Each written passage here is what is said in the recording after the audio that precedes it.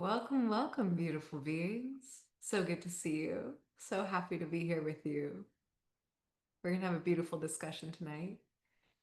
Gabriel's not at work tonight. Oh my goodness. Is it because it's later? You got out of work? I'm so happy to see you here. Amazing. Awesome. Hi, Sandy. Hi, Lee. Amazing, amazing. Hi, beautiful beings. Hi, Lena. Good to see you. Isha's here. Hi, Isha.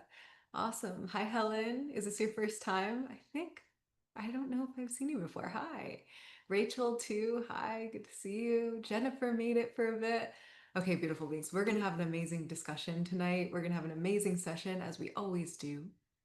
And I'm going to get us started right away. I have a few things I want to share with you because this week in the Subconscious Freedom Mastermind, we're in week 2 of it. And I want to share one of the themes that we're talking about with you today because I have a story I want to tell you that's really beautiful. Then, what we're going to do, so everyone knows, then what we're going to do is we're going to do rapid fire perspective shifts. So, if you have any questions, you'll just add them to the chat. And then we'll talk on a deeper subconscious level on what we can reflect on to get to a subconscious root of what's underneath that question and how to create freedom from these things on a subconscious level. So then we are going to do some personal support. And anyone can raise their hand to receive some personal support on those sessions. So these are beautiful. These are beautiful sessions. These are very rich sessions. These are very full sessions. So be very, very excited. And from the bottom of my heart, it means so much to me to have all of you here. It is so special to share this space with you. What occurs in these sessions, it's like, hi, Cindy. What occurs in these sessions is like I never expect what I'm about to say. I don't get to plan these things because all of us co-create this together, which is just so beautiful, so special.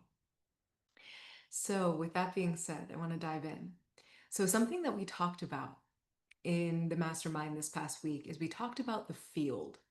We talked about the field of this reality, which is the scientific term for this reality field. What spiritual people might call it is the matrix of this reality. What other spiritual people, and this is what I prefer to use, I like to use the word the mirror of this reality field.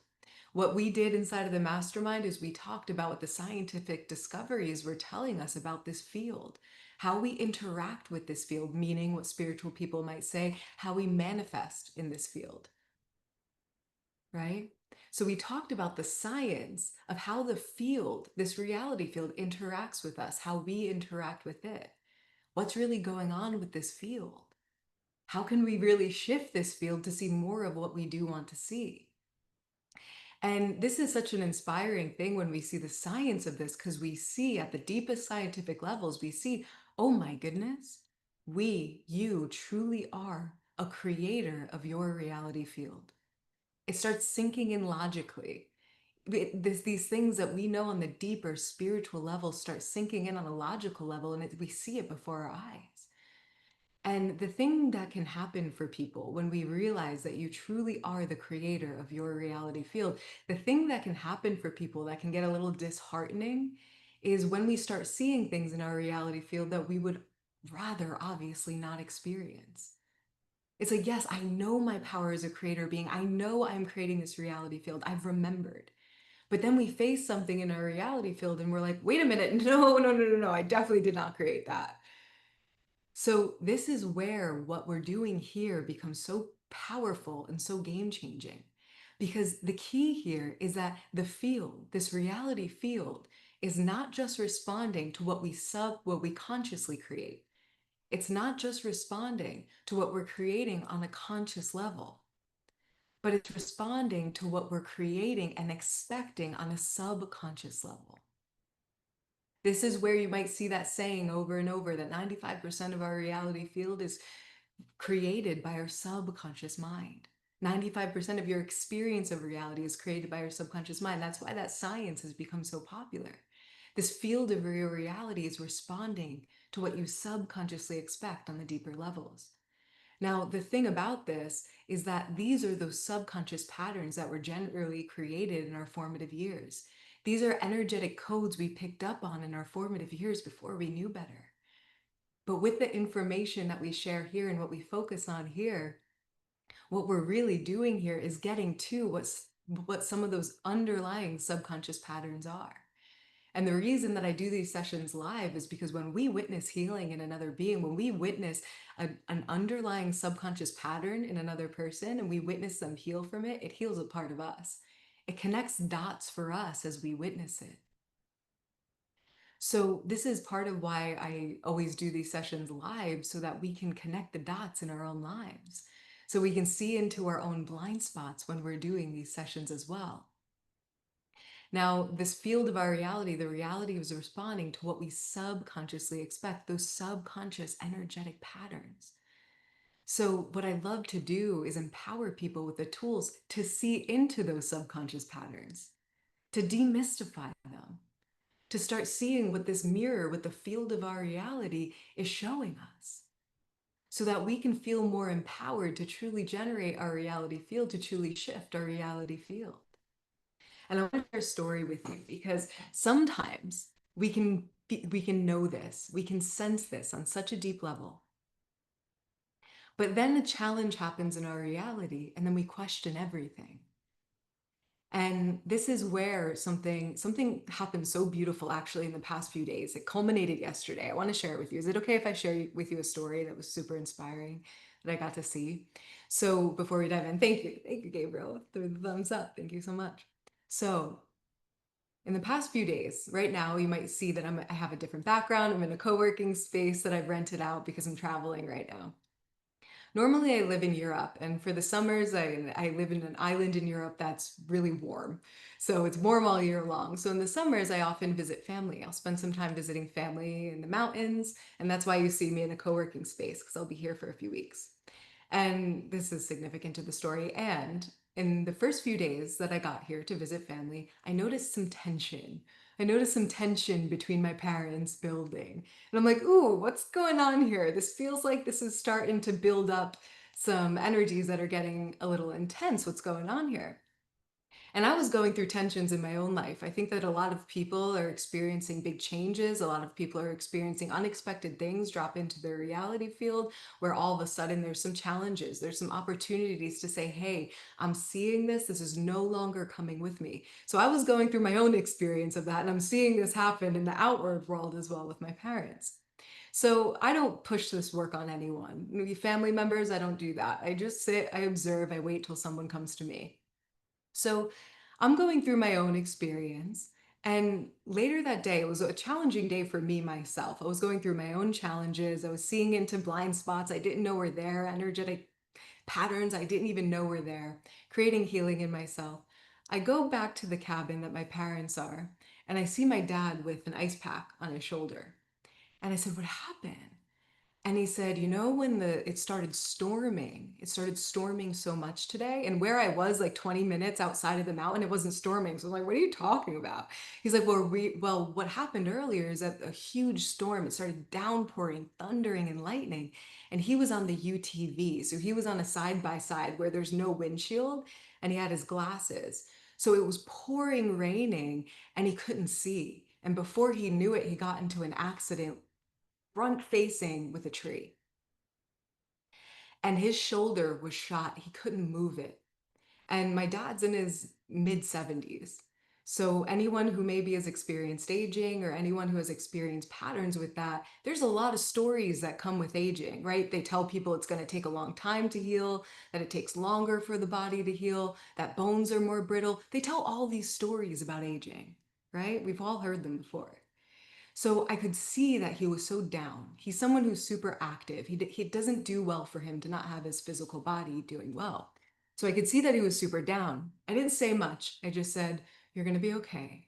It's going to be okay, right? It was just there. And I said, I'm so sorry that happened. That must have been really scary. Are you okay? It was just there for him. And for the first 2 days, he was just really, really down.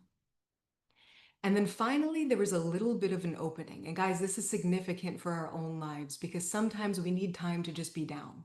We need time to feel what we feel. And it's so important that in a moment that we might be experiencing a big challenge, that we don't judge ourselves for those feelings. Right? I didn't tell him, snap out of it. You're a creator. You know this work. I didn't say that. I just let him have his experience. He was getting nervous about his body. He was feeling like what he said to me over the next day that he was feeling down. He was just like, man, I know I'm a creator. I know that everything is happening for me, but this is tough. He's like, I know what it feels like when something's fractured, and I think I'm going to need surgery. And I'm feeling pretty down about it. So there was a little bit of an opening, and I said, well, just reflect. Reflect on what this is here for you telling you. Just reflect, just see, connect with your higher self, connect with your guides, just see what's happening, right? The next day, he was completely open. This is day 3. He was completely open to actually have a conversation about it. It took a few days to have his feelings. And guys, I'm going to remind you, let yourself have your feelings.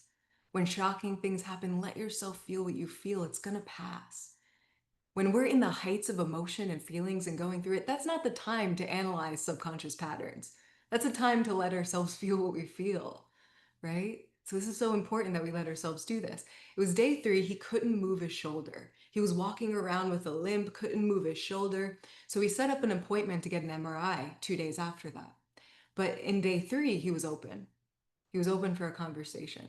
So we sat down and we had a conversation on what subconscious pattern was playing out. As we were talking about, I'm not going to reveal his life story on here. It's going to be on YouTube after this. We're not going to reveal his life story for his privacy. But as we were talking, we got to the underlying energetic pattern that had been showing up in his life since he was a child. He saw that this very experience was triggering him in that pattern, and it was setting him in a spiral of being really angry. There was a storm in him coming up. And as the storm in him was coming up, the physical storm in his reality field showed up. It was uncanny, right? He was at odds within himself. He was angry. He was frustrated. And what we revealed was an underlying identity where he thought he was unworthy to have his own needs met, that his needs didn't matter, right? And what he covered that up with, which is, I have so much compassion for this, like it's so beautiful, but also deserving to him over time. What he covered that up with was that as a man, he's going to always have his wife's back, which is beautiful, right? It's really beautiful to hear the masculine show up in that way. But what happened was he wasn't honoring his own needs in that. Very similar to my own lesson I was learning at that time too, a few days back. He wasn't honoring his own needs. He was constantly sacrificing, not even listening to what he needed, because he thought he was being a good husband to show up and do what she needed. But it got out of hand. He was denying himself over and over. And as we were having this discussion, he said, you know what, Sarah?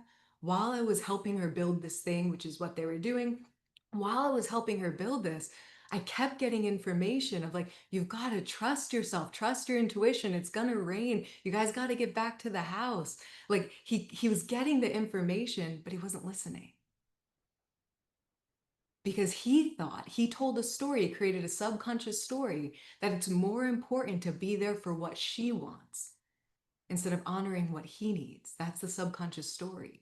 And the subconscious identity, which was deeper, was just that he's not worthy to give himself what he needs, which made it impossible for him to listen to himself. Are we following and tracking how this is? So he became aware of this in the conversation, mid conversation, as he's becoming aware of this. And he's saying, oh, I knew it. My higher self was telling me this. I've got to honor what I need. I've got to have my own back. I've got to stand up for myself. And as soon as he started saying that, I kid you not, his arm, he was able to move his arm halfway up, right? And then I said, let's keep going. Let's keep clearing this. So we went into where he learned that. And he learned it all the way back in the womb because he had a twin sister. And in the womb, when he was born, he went right to an incubator. But his mom and his twin sister went home. So he was left in the hospital alone at that time. And this is before, and I mean, hospitals kind of still act like this sometimes. This is before they really knew that we needed to be there for the child, that children, when they're born, need physical contact. So he was left by himself. Then when he got home, his mom was not mentally present. She was suffering from trauma from the birth. So he just felt like, wow, I don't matter. I'm a burden. My needs are a burden. And it was there since he was born. So we got to show him that this subconscious story, this is the world of words that are creating all of our lives. We all have them. We all have our own world of words that we can be free of at any moment. So he saw in that moment, I said, what is not true about you not being worthy to essentially be alive, to have needs? He's like, well, of course I'm worthy. This whole universe conspired for me to exist at this moment. He knows this work, right? He knows it at this point. Worked with him a couple times here. But he's like, the whole universe conspired for me to exist. Of course I'm worthy. The whole universe loves me. And I know that. And so in that moment, we dissolved away the world where he thought he wasn't worthy of his own needs. Want to know what happened by the end of that discussion? He could lift his arm all the way up. It was still feeling a little weak, but he went from not being able to lift his arm, thinking he needs surgery, going in for an MRI the next day because he can't walk normal, to at the end of the conversation, because lift his arm up. This is the level of healing that's available for every single one of us. So he came back into the house today and he's like jumping up and down. He's like, Sarah, I just went to the doctor. He's like, I know this work is amazing because he's seen me work with my mom where she almost needed surgery on her knee and we worked together and the next day she was fine. He's seen this happen. He's heard stories of me working with clients where these things happen. He's like, Sarah, like, you'll never believe it. He said, I went into the doctor and I told him that in just 2 days, I went from not being able to move my arm, feeling like it's fractured, to being able to move it above my head. And the doctor said, what? How? What do you mean? And the doctor said, you know what? Because my dad like knows like not to share too much when people aren't ready for it. So he was like, and the doctor, he just didn't say much, but he's like, I'm just feeling better now. So the doctor himself said, we're gonna cancel your MRI. I can tell you're fine. You're fine. From just like a little bit of muscle testing, you're fine. We're canceling your MRI. Just listen to your body. Don't push it. How do we explain that? So he's coming home. He looks 20 years younger than in the past few days because new life came alive in him. Because every single one of your physical bodies, every single person's physical body on this planet has infinite capacity to heal. And healing, sometimes it can take time. Okay, I don't want to sit here and say that because the healing process is so unique for every one of us. We have our own unique soul lessons that are happening as we're healing, all of these things. So sometimes healing can take time, and you know what? Sometimes healing can happen like that. Sometimes healing can happen before our eyes in ways that are unthinkable. And every single one of our bodies, every single being on this planet has that ability. Because at the core of it, you, all of you, me, you are freedom. You are love. You are already free, already healed. It's just that what can happen in this earth experience is we go through certain experiences that make us feel separate from that infinite capacity, that make us feel separate from source, that make us feel separate from our true power, that make us doubt that, just like his world of words, his story that he created, that he was unworthy of his own needs being met. That dampened his ability to heal, that dampened his ability to be in his infinite potential. He cleared that, and what happened? The body was healed. These things are possible. They happen all the time. Now, we don't want to get down on anyone if they're in a longer healing process. We want to honor your unique journey. We want to honor your unique process. We want to open the heart and the awareness to know that at any second, healing can happen. At any second, a huge shift can happen. At any second, the manifestation that you've been praying for can drop in because you truly are generating your experience of reality. And if something is happening, there's something for you in it, or it wouldn't be happening. So thank you for letting me share that story. Was that nice to hear? It was beautiful. It just happened. It just culminated today. He came into the house today. I was jumping up and down like, this is so wild. I feel great, right? Man in his 70s. This defies all odds, but because humans defy all odds, these levels of healing are possible. It's just about dissolving away those subconscious world of words that we identified with before we knew better, that are limiting us, freeing ourselves from that, and realigning with the freedom that we already are. Realigning with the healing that this field, we talked about the field, the science of the field. Want to hear something wild about the science of this field? That every single cell of your body, every single atom is made up of what are little tiny quanta. Those of you in the mastermind know this. This was in the video the past 2 weeks. Every single cell of your body is made up of little tiny quanta. These quanta are the quanta in quantum physics. These quanta are little packets of light. And those little packets of light are constantly popping in to existence and dissolving into the field. This is happening thousands of seconds every millisecond, meaning that every cell of our body is popping in and out of existence thousands of times every millisecond. We don't realize it's happening because we don't have the sensory perception as humans to be able to see that happening. But science knows it's happening. But what's the significance of that for healing? The significance of that for healing is that this is like the refresh button on a computer. So have you ever opened up a browser on the computer and it's not loading, and then you hit the reload button, it refreshes and works fine? That's that's what's happening with the physical body every thousands of seconds, every millisecond. It's popping in and out of existence, getting refreshed by this field with infinite healing potentials, infinite energy. But what blocks the healing from occurring is whatever's subconsciously going on that makes us think we need to stay in the unhealed state. This is the science of spontaneous healing. It's not so spontaneous.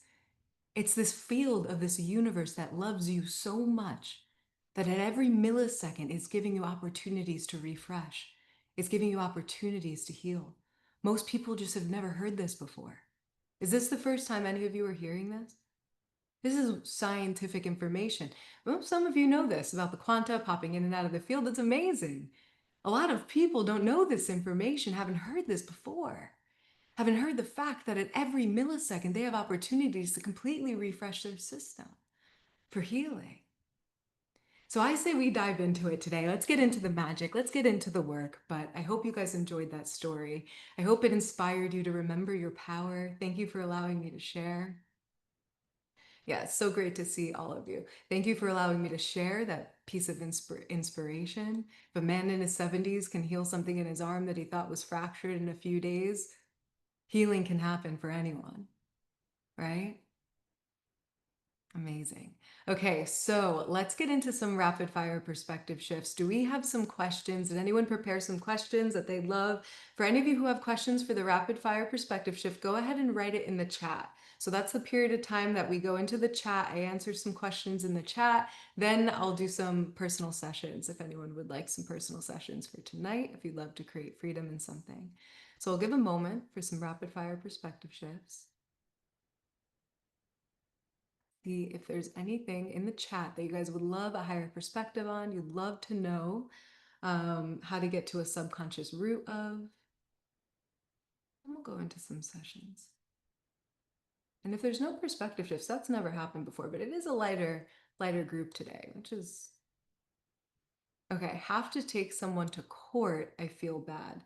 Okay, that maybe we can go back and forth on if you want to talk back and forth on it, Lorene, a little bit, because yeah, we can go right into sessions if this is what's naturally happening. So Lorene, would you like to come up and talk about this a bit more and getting to the subconscious root, creating some freedom? Hi, Lorene. Hi. I've always lived without much of anything. So I'm not very materialistic, but I lent somebody some money and we made a contract, and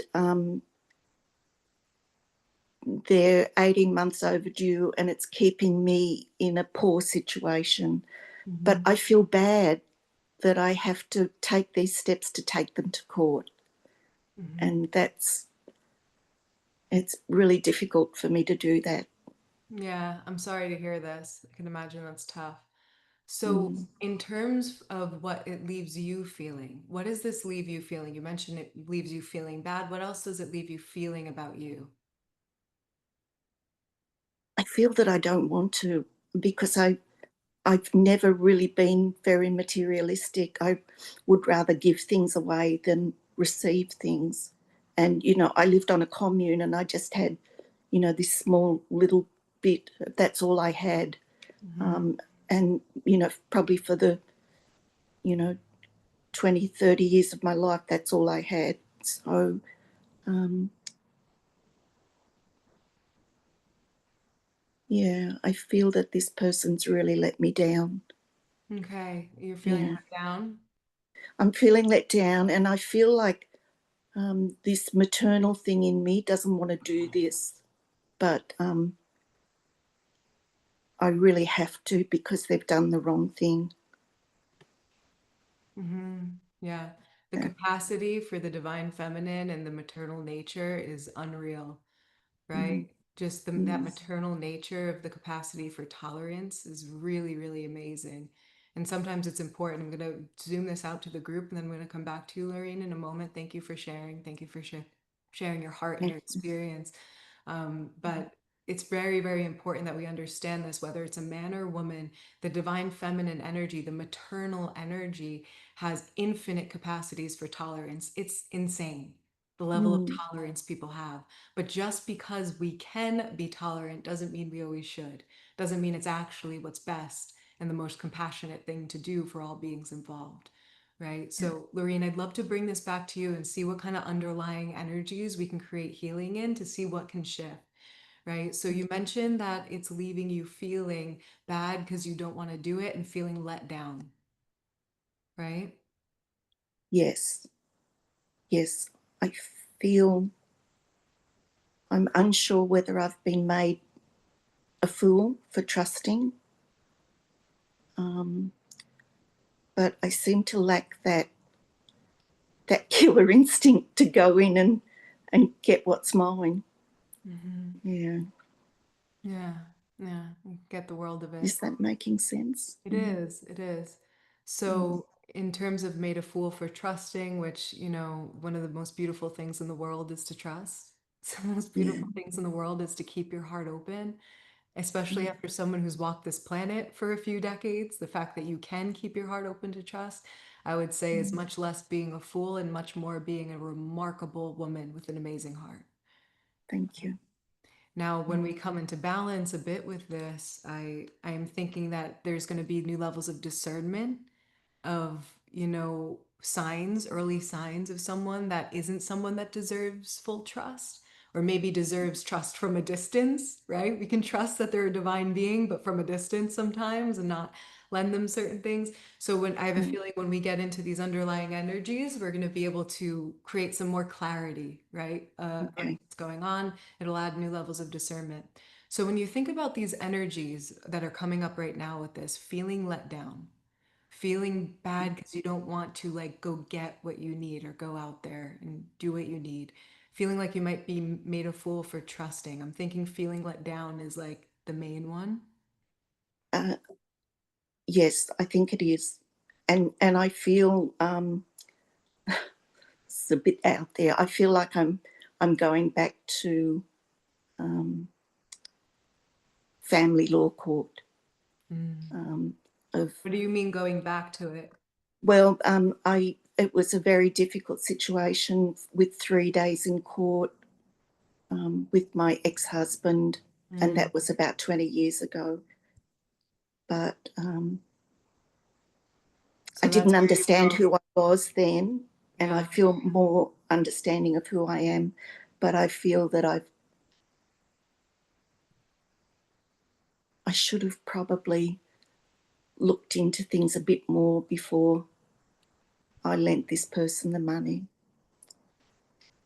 Yeah, it's easy to go into those worlds of should have, but what's Mm, happening is, these subconscious patterns leave us making actions, taking decisions that our conscious mind might have never done if that subconscious energy, subconscious pattern was right wasn't really driving things. So you did exactly what you were meant to, or you wouldn't have done it, yeah. right? So Okay. let's see what's available. Let's see what's available for you in this moment. As tough as it is, and I have so much compassion, I can imagine it's really tough. Mm, thank Now, so you mentioned feeling let down and it's reminding you of what was happening with your ex-husband. So, and what you were feeling at the time, but you've grown since then. Like you said, at that time, I didn't know myself, and that's why that circumstance was there. So, I want you to you. see if you can go back a little further. Does that feeling of feeling let down, feeling like maybe someone let you down that you thought you trusted, is that feeling familiar for you? Maybe from earlier childhood? My father died when I was 11, So, so both my sister and I felt abandoned. yeah, Um, yeah. And yeah, my sister couldn't even say that until just a few years ago. So that's, yeah, that's a big thing. yeah. Yeah, I'm so Mm, sorry to hear that. So mm. when you think about feeling let down associated with what you're feeling now, what do you feel like connects between that experience of your father passing?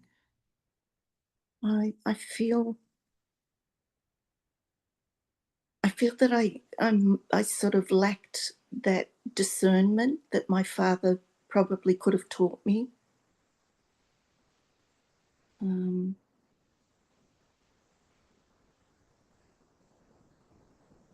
and that I grew up in a predominantly female home. So it's a very different energy. Mm-hmm. Yeah. Mm-hmm. Um,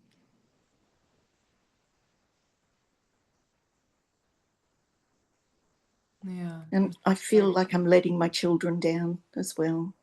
Yeah. I'm sure you're not. I am Yeah. positive you're not. But I understand why that feeling is there. When we're in that, when we're in those identities, there's no way for us to not see everything through that lens of thinking Mm, that that's who we are. So of course, this current lens, when we get out of this lens, when we discover it and get out of it, that same feeling of feeling like you let your children down is going to have a whole new perspective, right? We're going to burst the bubble on this idea of you letting your children down, right? okay.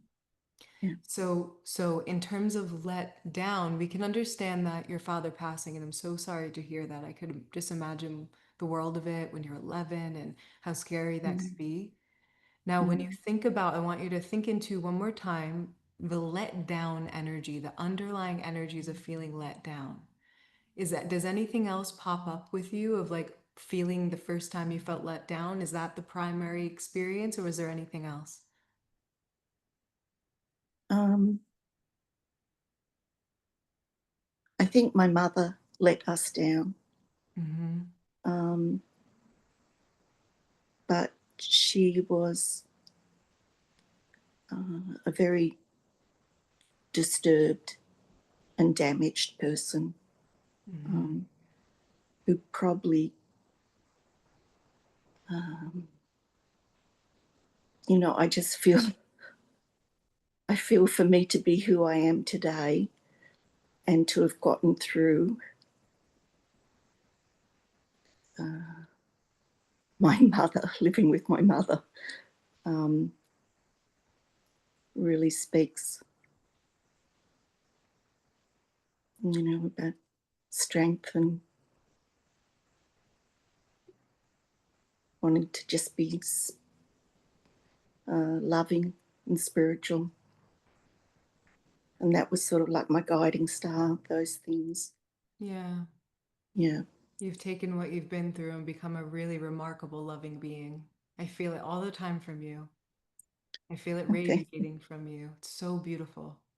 Everyone here can see it and feel it. It's like you're a warm hug. You radiate like a warm hug. I would love to give you, I bet you give the best hugs, don't you? Yeah, I do. I feel it. I feel it. Yeah. So Yeah. beautiful and so remarkable. Okay. Thank you. So when you think about the energies, this makes sense, especially if mom was volatile and she was disturbed and dad left, we could get the underlying energies of it, right? We can get the world of it. Now, I Mm, love that you just described, it's just such a testament to your character that you looked at that situation and looked for how it helped you already, right? You just mm, described to it how it helped you become loving, how it helped you become spiritual, how it helped you become who you are, which is just so beautiful. mm, Now, there's some of those underlying energies that are carrying with you, creating the maybe fear of letting other people down, but also feeling let down by others. When someone lets you down, what do you feel like is broken? What gets broken in that moment? trust. Trust. So, Mm, what do you think the world of words maybe that Lorene was living in that creates this pattern of being let down? What about trust?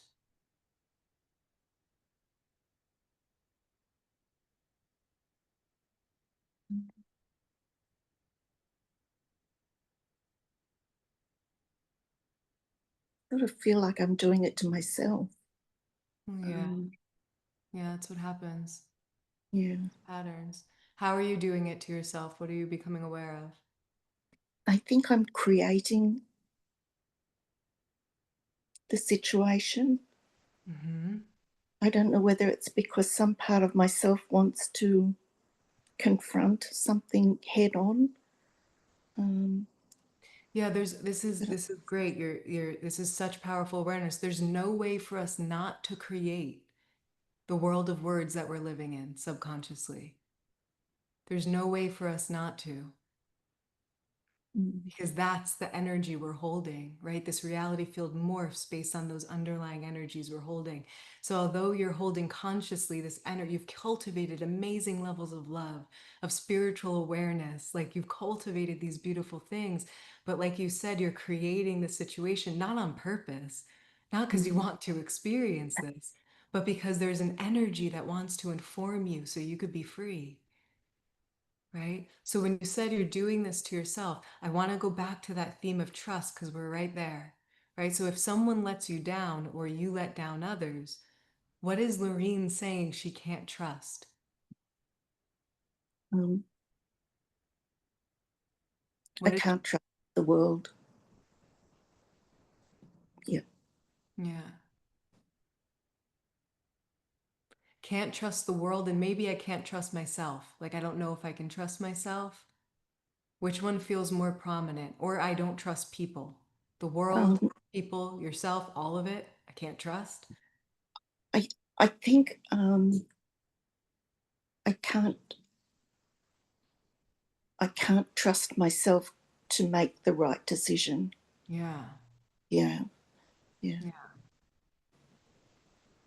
Yeah, combined with I can't trust the world, like you discovered a moment ago, like you said. Yeah. So it's I can't And trust, and I live isolated away from people. So of course. I've created mm, somewhere that's more comfortable for me. Yeah. Yeah. Yeah. Now we can understand the world of it. Tell me more about how that identity, those identities, those world of words has impacted you. How have you adapted to perceiving these things about yourself or the world? So you Um, lived in isolation. What else? yeah. I became self reliant.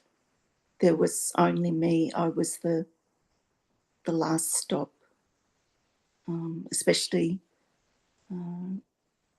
raising my children on my own. Um, I just put so much energy into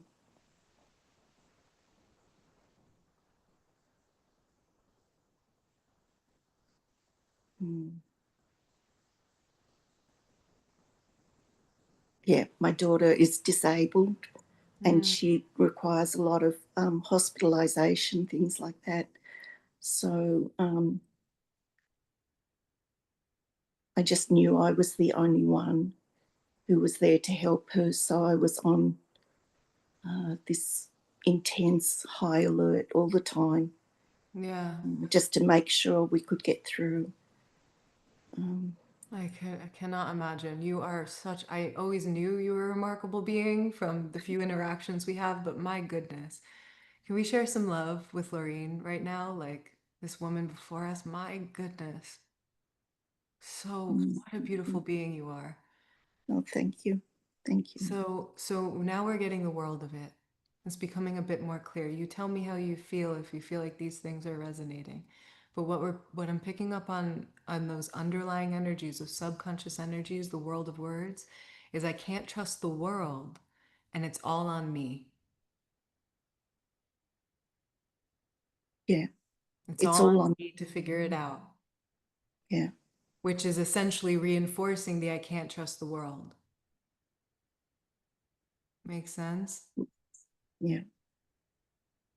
So, Which is making go it's ahead. making it hard for me to take those next steps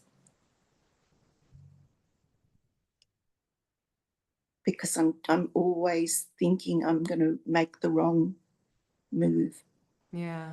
Which adds Mm, in the I don't want to make the wrong decision because I'm not sure if I can trust myself to make the right decision. We can get the world of words, right? It's a tricky one. But yeah. you made it through. You somehow freaking made it through with a lot of love in your heart. Isn't that remarkable? But how about we uplift this and just make it so much easier for you? What do you Yeah. think? You ready for that? Yes, I am. Yeah. Okay. So let's start with the it's all on me. I know you have a powerful spiritual awareness. So tell me about what's a lie in the sentence, it's all on me. What's a lie about that? With all the spiritual awareness you've gained over time, what's a lie about it's all on me? It's that we're all a part of Source, and um, we're all in this together.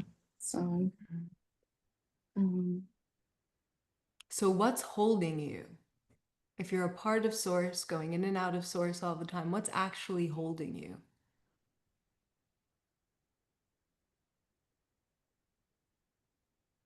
I feel guilt. That's from Um, that world of words. Guilt and yeah, shame is that world of thinking that you could be doing the wrong thing, you could be letting people down, right? yeah. Yeah. But what's a lie about it's all on me? Is the whole world on Lorene's back? I've always felt like it is. Yeah.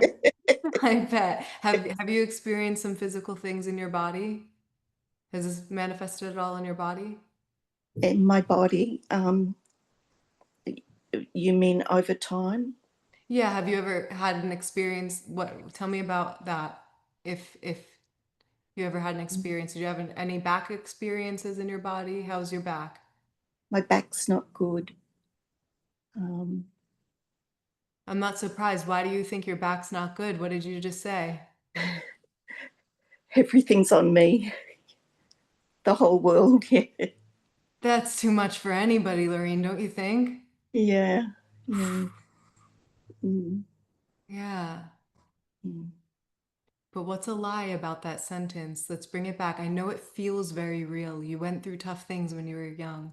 Having the structure of a father fall away when he passed, having a mother that's unstable, you had no choice but to think it was all on you. But now that you've learned more about this universe, there's a new opportunity available to you. Because, Lorraine, is it true that the whole world is on your back? Is that absolutely true? mm. I think a part of it is true though, because we all care and love for people around us. Yeah. And you So do so much. mm, But what's a lie about the whole world being on your back? It's all on me. What's a lie about that?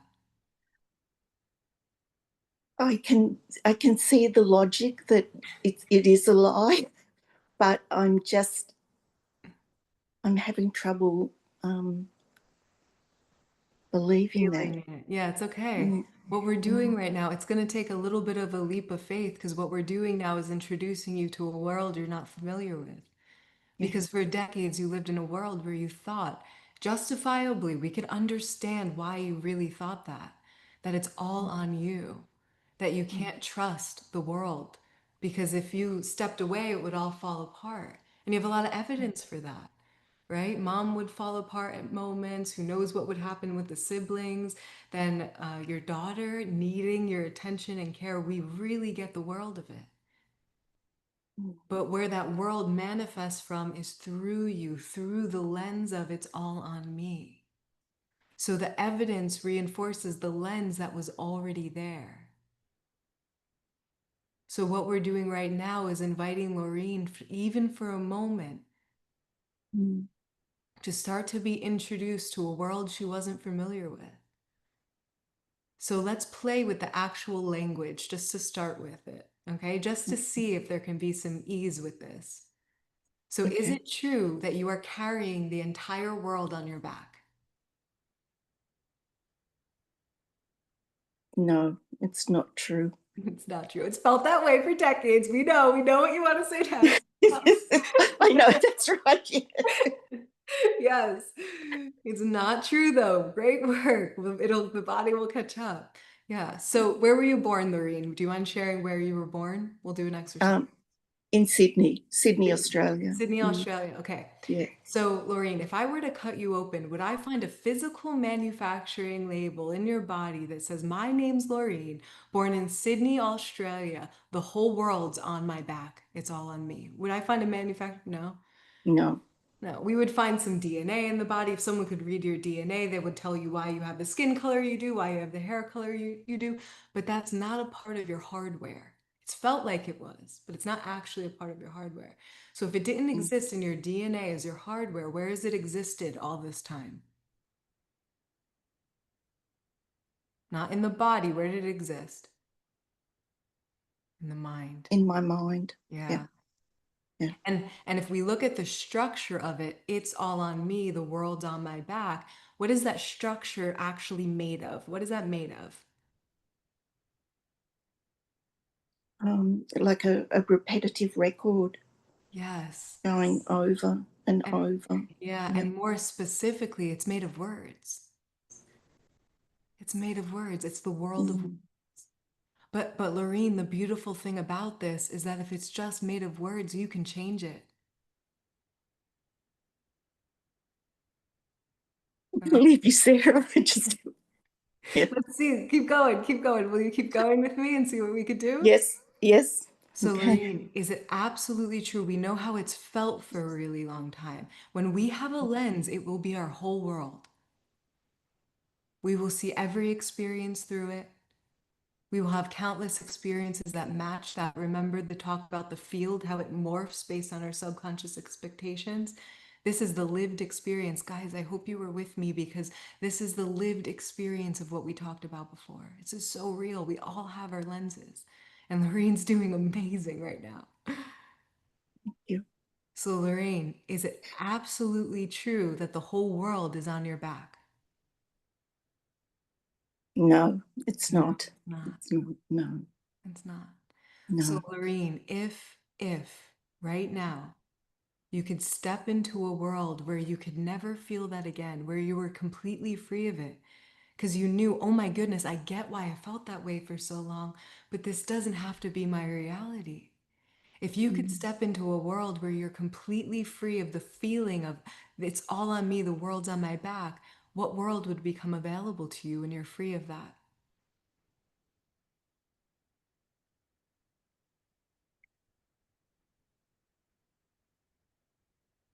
I think it would be a world without all the words that I didn't realize until now is just constantly playing Yeah, there. Yeah. yeah, yeah. Mm. That would be some space would open up there, huh?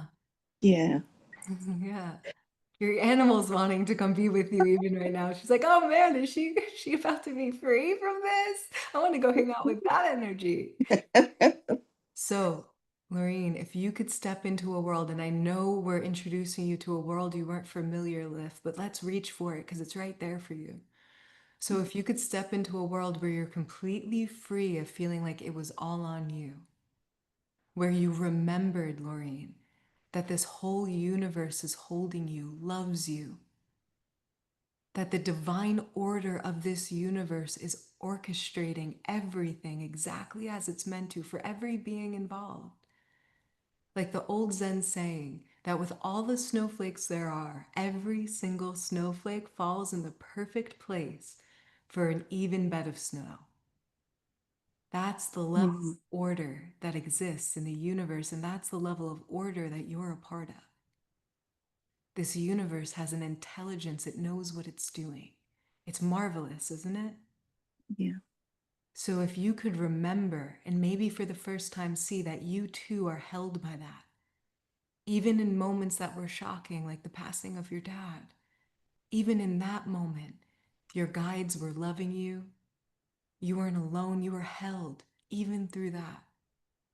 Mm, So if you could step into a world where you remember that it's not all on you and you were completely free of that, what world would become available to you?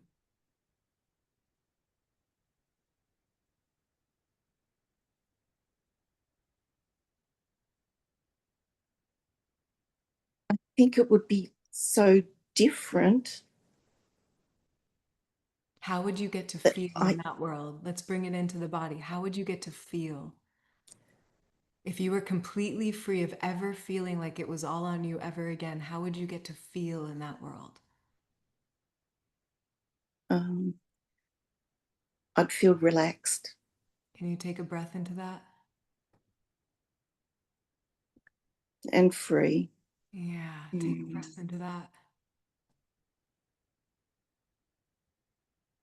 and happy. Relaxed and free and happy. I would say that's worth putting the world off of your back for a little bit. Don't you think? Yeah, absolutely. Yeah. Yeah. So take a breath into those. That's the world that's available to you at this moment. It's just you didn't know how to tune into it before because the world of words was blocking that. But now this gets to be a practice because, Laureen, is it true that the entire world is on your back? Not anymore. Not anymore. Yes. Beautiful. So who does Lorraine, how does Lorraine get to feel in a world where she's free of that?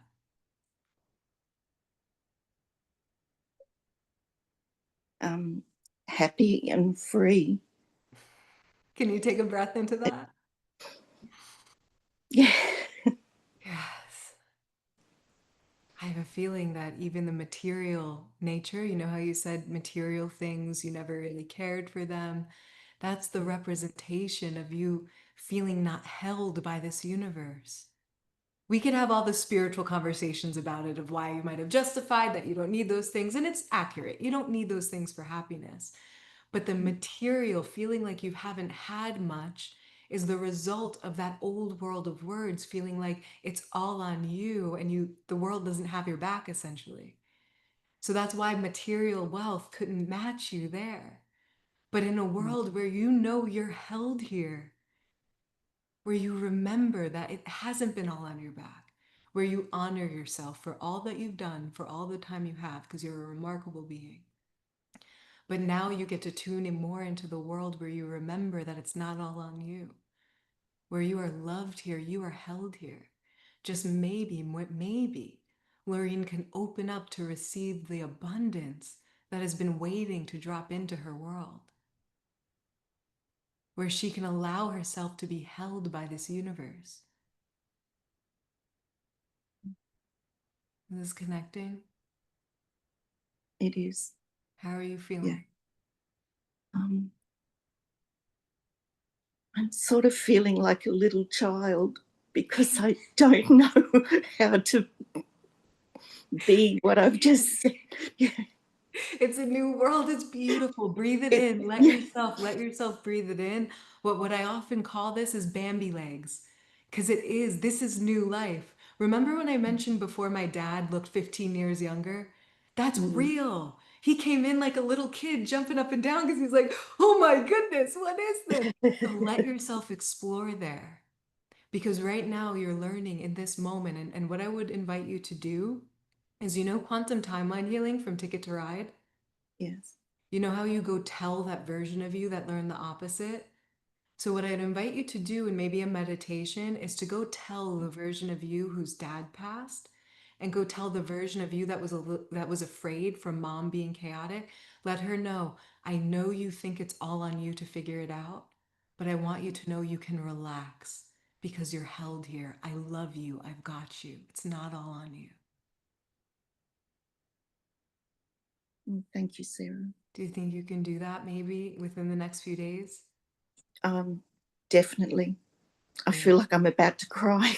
Yeah, let Yeah. yourself. It's okay. Mm, Let yourself take a breath into the relaxation that opened up. Maybe your back even opening up a little bit. mm. Because Laureen, Thank you, it doesn't Sarah. have to be all on you anymore. You are so loved here. You are so held here. Now you get to open up to receive that.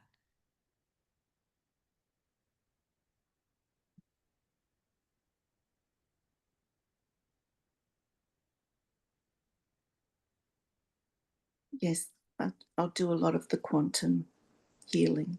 Yeah, that'll be I beautiful have to. to add to this, right? It's like when you're doing the quantum timeline healing, it'll bring in the integration of those parts of you to bring them on board with you now. Right? So you know that feeling of like I feel like a little kid again? It's going to help Mm, create integration so that energy feels more settled in your system, right? okay. Yes.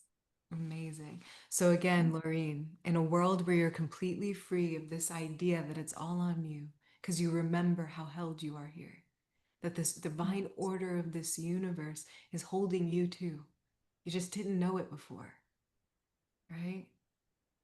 So now that you've remembered that, if you can step into a world where you never felt like it was all on you ever again because you remembered how held you were, how would you get to feel in that world?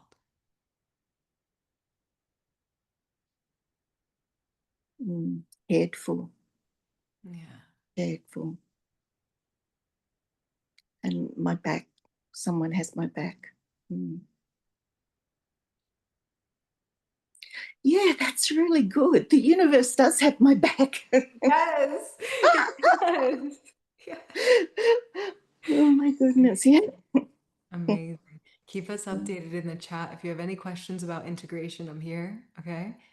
You Okay. keep us updated in the chat about what happens and how it unfolds. But this situation, when you let yourself land here and then look at the situation from that lens, the situation might work itself out. Yeah. It might. It might just shift. These things happen. So Yeah. tune into the energy when you feel anchored in it, then observe the situation and see what happens next. Multiple things might happen. The situation might work itself out. All of a sudden, this person comes around and just gives you the money back, right? That could Okay. happen because now you're finally receiving the support. You're welcoming the support from the universe, right? Mm, mm, Or you might just be like, oh, screw it. I'm going to have my own back. Enough of this. I'm going to go to court. I'm going to do this because I'm going to have my own back. You might do that, but what's going to happen is you're going to do it from an energy, a different energy of knowing mm, that you are supported, which I wouldn't be surprised if the whole need for the court to support you just falls away because you don't need it. mm, mm. So let's see what happens then, right? Thank you, Sarah. Do you feel complete for now? I do. I do. I'm so Thank you. happy to have gotten to work with you, Lorraine. Thank you. And we're here I for love you, you. Sarah. You're just beautiful. I love you I too love so everything you much. do. Thank you Mm, so much. That means more to me than you know, and your support is mm. felt. So I thank think I would rather say thank you to you for being here for us because thank it's so you. precious. Thank you so much, Lorraine. That's felt so deeply. Thank you. It's Such a okay. beautiful heart. I appreciate you so much. And I'm Thank you. excited for you to receive that support. I'm so happy you did tonight. So beautiful. Okay, Lorraine, Thank you. we'll talk soon, okay? Thank you. Amazing. Thank you so much. So, so beautiful. Amazing. My goodness. Isn't this so beautiful what we get to do and what we get to experience together? My gosh. I'm so grateful to get to do this with all of you. These sessions are so special. So I know that, and we all have it, right? We all have our own world of words. It's very different. You heard the story of me talking about my dad earlier, but we got to see it with Lorraine's courage and her sharing her heart with us. We got to see it. We got to see how much these world of words truly are creating the experience. And what Lorraine will get to see soon is soon how much the experience shifts as she shifted within to this new world that she was unfamiliar with before, right? It is just amazing. So thank you all for holding that space. Thank you for being here. I know that there were some questions in the chat. If anyone else wants some personal support, go ahead and raise your hand. I would love to do another session. If you can just, Sharon, if you can look out for anyone raising their hand. Uh, we have, I do see Ryan there. And Ryan has been patiently waiting, so maybe we can go to Ryan next. And let's get Ryan all set up. And I'm going to go into the chat because I think people did write some questions um, that we'll go to after this. But Ryan has patiently waited. If you guys have been following along for a few months, Ryan has been freaking patiently waiting. So I'm so Yes. happy you just raised your hand. Hi, Ryan. Good to Yes. see you. Thank you, Sarah. Good to see you. So tell me Um, about what we can do you for. What can we help you with? um, the biggest thing for today is learning how to be more compassionate for myself. There's been a lot of change right now. I'm even packing my place. It's to be able to remodel, so I'm trying to organize and get rid of all my not I'm trying to organize all my belongings and get rid of things that I no longer need, or use, or just donate away or give away as much as I can. So you literally took the cleaning at practice in the Yeah, mastermind to the next it, level. it just it's the irony of that is like this was already pre-planned. So the fact that that module, it just everything's lining up and working for me.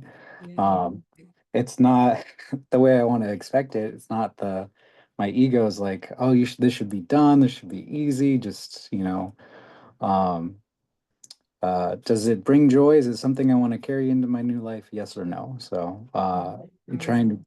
to try to go through all that process, but it's my ego is trying to be judgmental, and I've had a chat with Carrie because we're close friends and being able to go through the mastermind together. It's been fun to bounce each other's ideas off what we're learning. And I mean, that's truly special for this community. So I want to definitely shout out for that. The the lack of compassion is just my ego having this judgment of like things need to get done, things need to be prioritized. Let's not process the emotions now, we'll process the emotions later. Mhm. Just, trying to get the work done, trying to be more disciplined on just getting the work done. And Mhm. with me cleaning and organizing things, I've like been distracted and get caught up in distractions and try not to get too beat up on it. One of the perspectives um, and stories I was telling myself is that I do have like a business relationship with my ex-girlfriend, and I noticed that there was a weird transaction. And I told myself this whole story about it, which was like completely a lie. I could see that it was a story. I could see that it was nothing but a lie. And I'm beating myself up about the energy that I've put into this to create this narrative. And, it's like I'm not holding the compassion to allow myself to be okay with realizing the process. Like, oh, now I'm seeing this story. I'm seeing where the lie Mhm. is, and I'm not acting out in bad behaviors. I'm staying out of the drama, staying away from it, not allowing this energy to, progress any further. So I think the biggest perspective change I'm trying to go on is learning to be more compassionate and being able to shift the judgment of Mhm. this needs to be done a specific way. Mhm. And where is that judgmental voice coming from? Where'd you learn that? Oof. Um,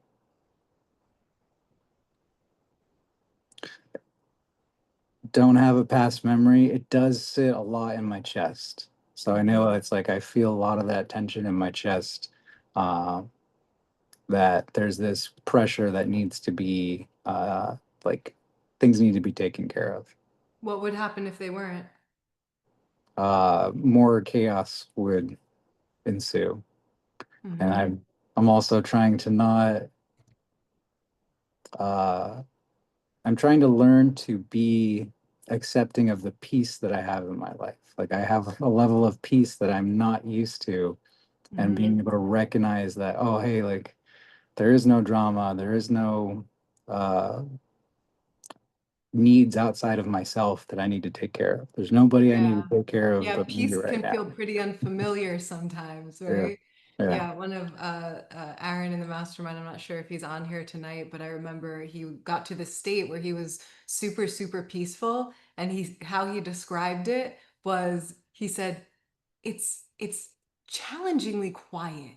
Or it's like he said like some kind of a word of like what's the word people say like with quiet? He's like it's like eerily quiet. I'm like, so Yeah. you're at peace? And he's like, oh my gosh, this has been unfamiliar. So yes, recognizing that the peace is there is like that it gets to be peaceful, it gets to be calm. It doesn't have to be dramatic all the time.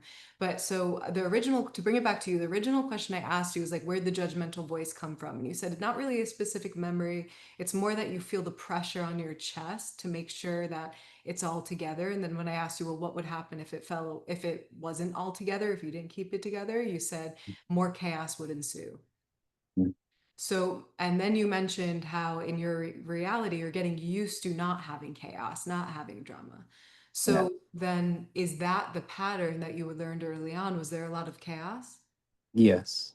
And then I've and then how did you cope with that chaos? What was the behavioral adaptation like we were talking about this week? How did you mm, cope with that chaos? I was the caretaker of the chaos. So I was the one to be able to keep everything from either uh, creating more chaos or containing the chaos. I learned to be like a parental caretaker when chaos kind of ensued. That's And a that, lot. yeah. And now So, we're getting the pressure on the chest. Did the "it's all on me" from the last session resonate with you? yeah, definitely. Especially when you got into um, the responsibility of like the whole weight, like and understanding um, the responsibility of it, and having the gratitude or the gravity of the responsibility. And like my ego wants to take ownership of that responsibility and form a value. If I let go of that, then what value do I have? That's my job, is to be responsible for bearing that weight. Yeah. So where did you collapse your purpose with Mm. what? Without chaos, then there's no purpose, because I have to be there to maintain that um, balance with the chaos. Without chaos, then I don't, my ego doesn't have that job anymore. Yeah. We can have so much empathy for this, so much compassion for this. So now, why do you think you created that story? Or part of you did. You did, the real you did create it. Yeah. But why do you think your mind created that story that she did something that she didn't? What was it Uh, trying to do? Create chaos. Because why? What did it think? Uh, that's something I can control. That's something I can fix. That's something I can do something about. If I don't do this, then I don't have a purpose anymore. Mm. So you think that we can have so much compassion for why that story was created now? Yeah. Like, my gosh, it's almost like I can feel the loosening in the chest a little bit, like a little bit of tears, because it's like, oh my goodness, this part is just like this little kid who thinks that he doesn't have a purpose without keeping the chaos calm, which on so many levels is beyond noble. Like, I think that like so many women here would just collapse into the energy of a man, and a man and woman, that's not what it's Mm. about, but so many beings here would collapse into the energy of like, oh my goodness, you're gonna figure it out for us, thank you, you're gonna take care of things, thank you. So there's so much of this that is so noble and so beautiful. It's just a little out of balance, right? So where did you collapse your purpose? What did you collapse your purpose with? The idea Mm. of what? Um, I would say the value, having having that, like, I'm not valuable unless I have uh that calling, that chaos to come to. Yeah. Yeah. Do you help other people for a living? I do. Yeah. Yeah.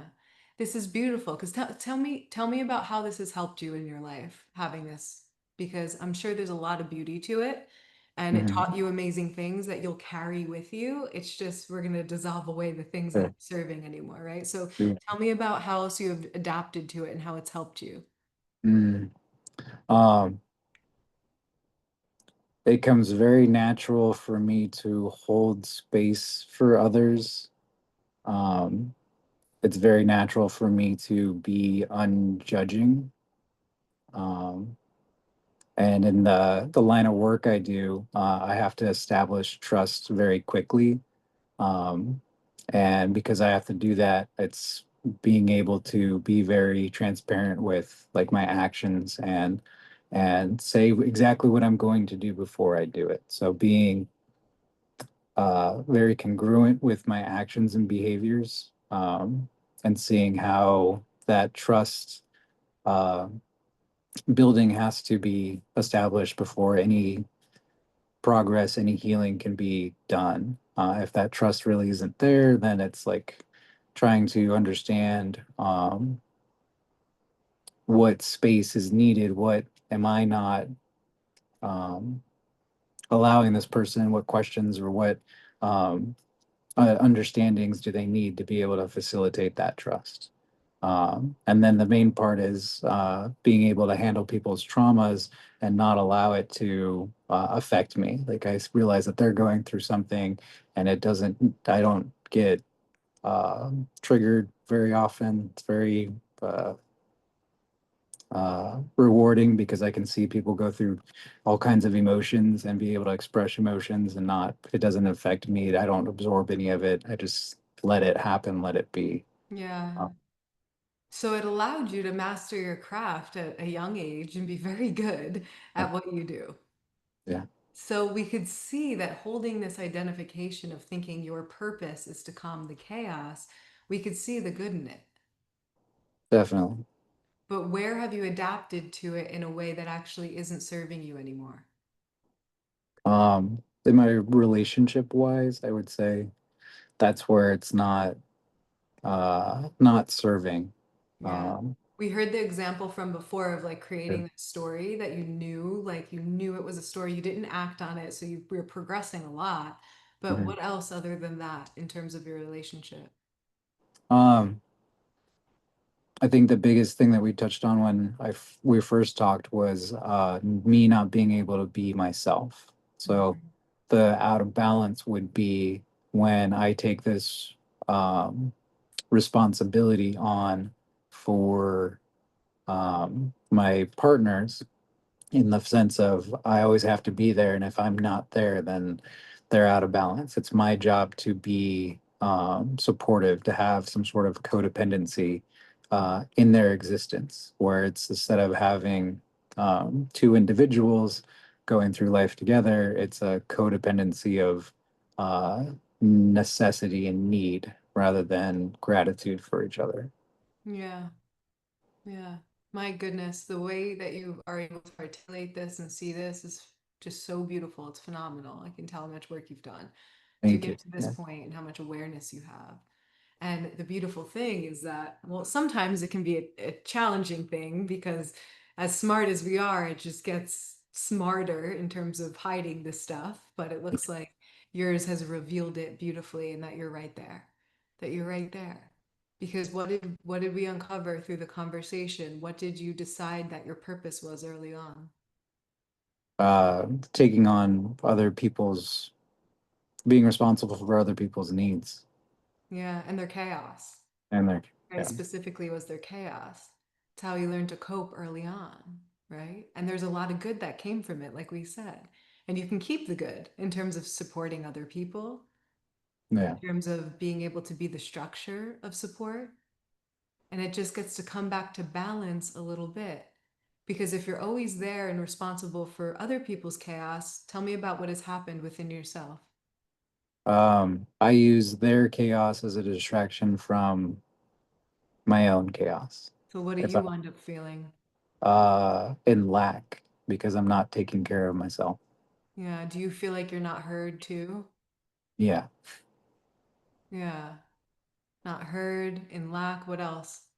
Um, my needs are not, I love your father's story. You know, my needs are not something that is of importance. You Hmm. know, if I put everybody's needs above mine, you know, taking care of them will somehow take care of mine. Yeah, which works to some degree. Yeah. Yeah. Right? We do get a lot from serving other people. So Mhm. that's the tricky part of that one for us empaths and healers and people who are supporting other people, because we do get a lot from supporting other people, Yeah. but not when your own needs aren't there. They're not being met. It's being distracted. And who knows, when you were young, you probably didn't even have the time to think about your own needs, it sounds like. Yeah. So Um, go the ahead. biggest turning point in all of this would be my father passed away from alcoholism at the age of 7. So I did become like the man of the house at 7. And that's where my the inner child work would be like that 7-year old then became an adult, you know, and Mhm. having to look back on that and realize like that is not what a 7-year old should be doing, should be focusing in on. And um, seeing that experience made me mature very quickly and being able to be very self-sufficient and being very independent has been good, but at the same time it's like not um, something I'm super proud of. You know, I'm not proud of having to grow up so quickly. Mhm. Yeah, it's tough. And it's amazing that you have that awareness. And yes, that 7-year-old is the one that Mhm. you're going to go guide and be there for. Let him know he's not alone anymore. Let him know you're there. Let Mhm. him know he doesn't have to be this way anymore. He can still serve other people, but in balance with his own needs. Right? So there are a few things playing out here. That it's all on me, like we were saying before. The my needs don't matter. And then the collapse of the subconscious idea that your purpose is being responsible for chaos.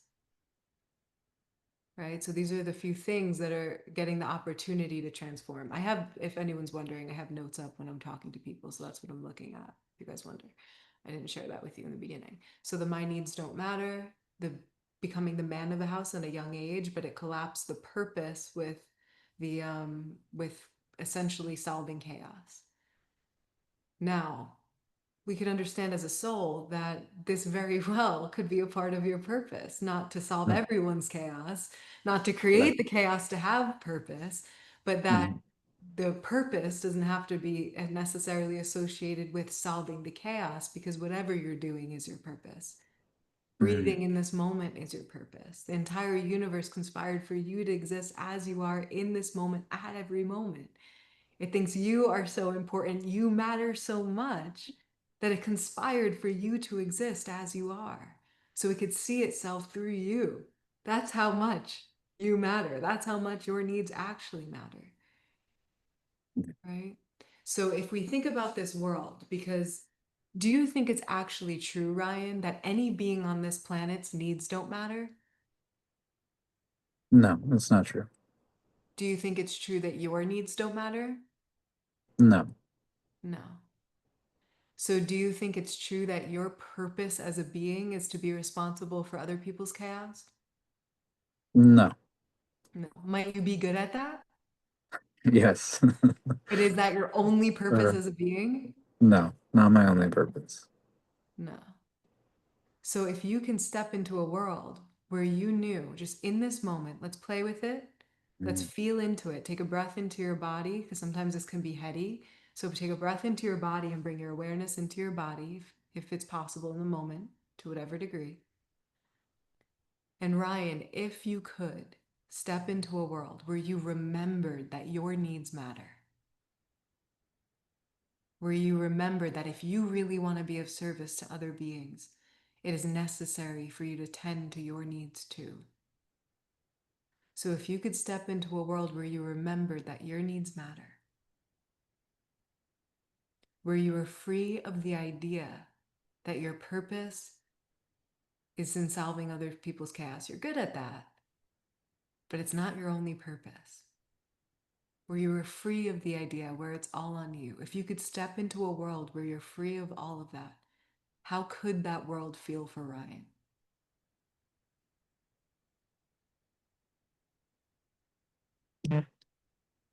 That kind of world would feel um, empowering because it's feeling um,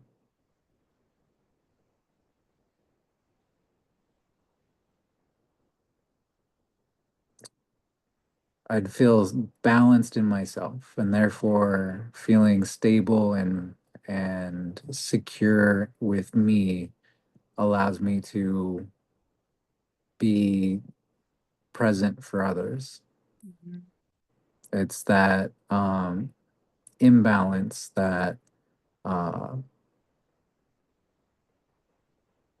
the world, I wouldn't have that imbalance anymore. I'd be balanced. And even if I got out of balance, it'd be um, settling, being able to settle like water and just having a mind like water. If I need to get shaken up, I get shaken up. But as soon as everything can get calm, we can get calm. Yeah, So, it's beautiful. So now, Ryan, we could see that you might still be of service to your partner. You might still be of service to the people around you because it seems like it's a part of your makeup that you enjoy and a beautiful part of your makeup, right? But now, in terms of this idea that you were responsible for settling their chaos, if you could step into a world where you're free of that, what would that get to feel like in your relationships? Who would mm, Ryan get to, let's switch from feel, let's go to be. Who would Ryan get to mm, be in his relationships when he's free of feeling responsible to solve their chaos? Who would you get to be in your relationships? mm. Well, I get to be me. Yeah. That'll solve a lot of that not feeling heard, Yeah. right? Yeah. Yeah. Yeah, you get to be you. And Yeah. what might that be like if you could just be you in a relationship? What might that be like for Yeah. you? Very freeing, you Yeah. know. The freeing part of the expectation. So the expectation of the responsibility, the identity that if Mhm. those responsibilities aren't taken care of, then more chaos will be. And it's being able to be a man that can be vulnerable with that and understand my limitations for the chaos, saying like, hey, this is too much for me, and being able to voice that in a relationship and not take that as a sign or an attack on the relationship. Like I'm not trying to attack the person for not for being too much or something is more than I am capable of handling. But Yeah. learning how to communicate that um, I don't want to use the word limitation, but or boundary, but understanding of what. Learning to communicate what you need to. Mhm. Because Ryan, there might be times, especially with, because you said your partner's a woman, right? I don't like to make Yeah, assumptions. Okay. yeah, So, especially with masculine feminine dynamics, there is an element of the masculine energy that holds a powerful structure. Whereas the feminine can literally be like chaos because the emotions can go huh, in many different places in a day, where mhm, whereas you're holding a level of stability, the emotions can go like this, especially at certain hormonal times for the feminine. So there might be a moment where you have the capacity and you hold space for the chaos. You let her feel what she feels. But there also might be a moment that you don't have the capacity. And it might sound something like, I know you're going through something right now, but I also need a little bit of space. Can we regroup in like an hour or so? I'll be here for you. yeah, Can you feel how that conversation might be a little different?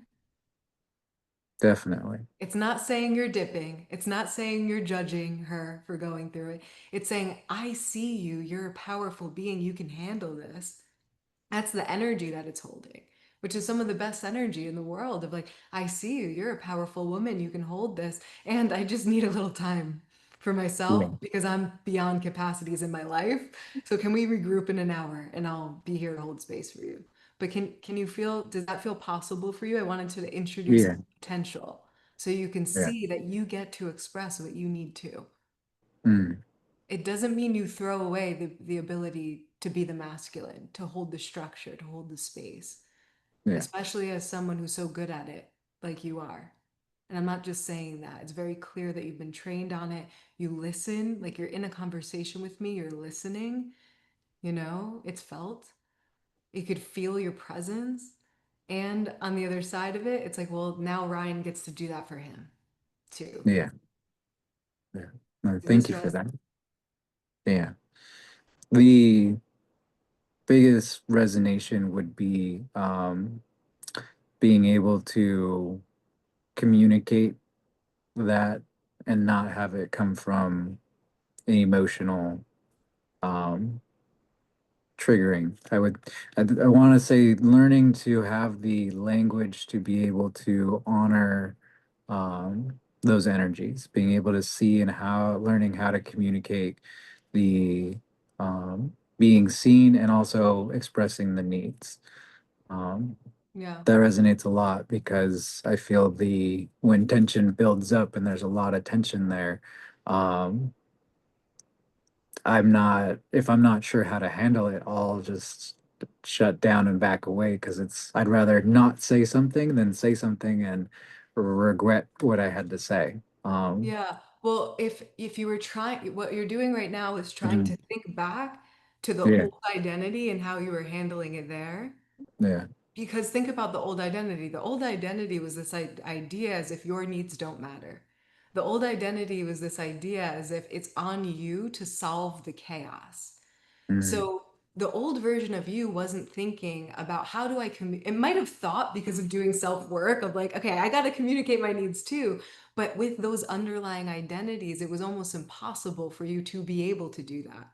Because where mm, your subconscious was saying to go, no, no, Ryan, you're responsible for solving this chaos and your needs don't actually matter. That's what the subconscious used to be saying.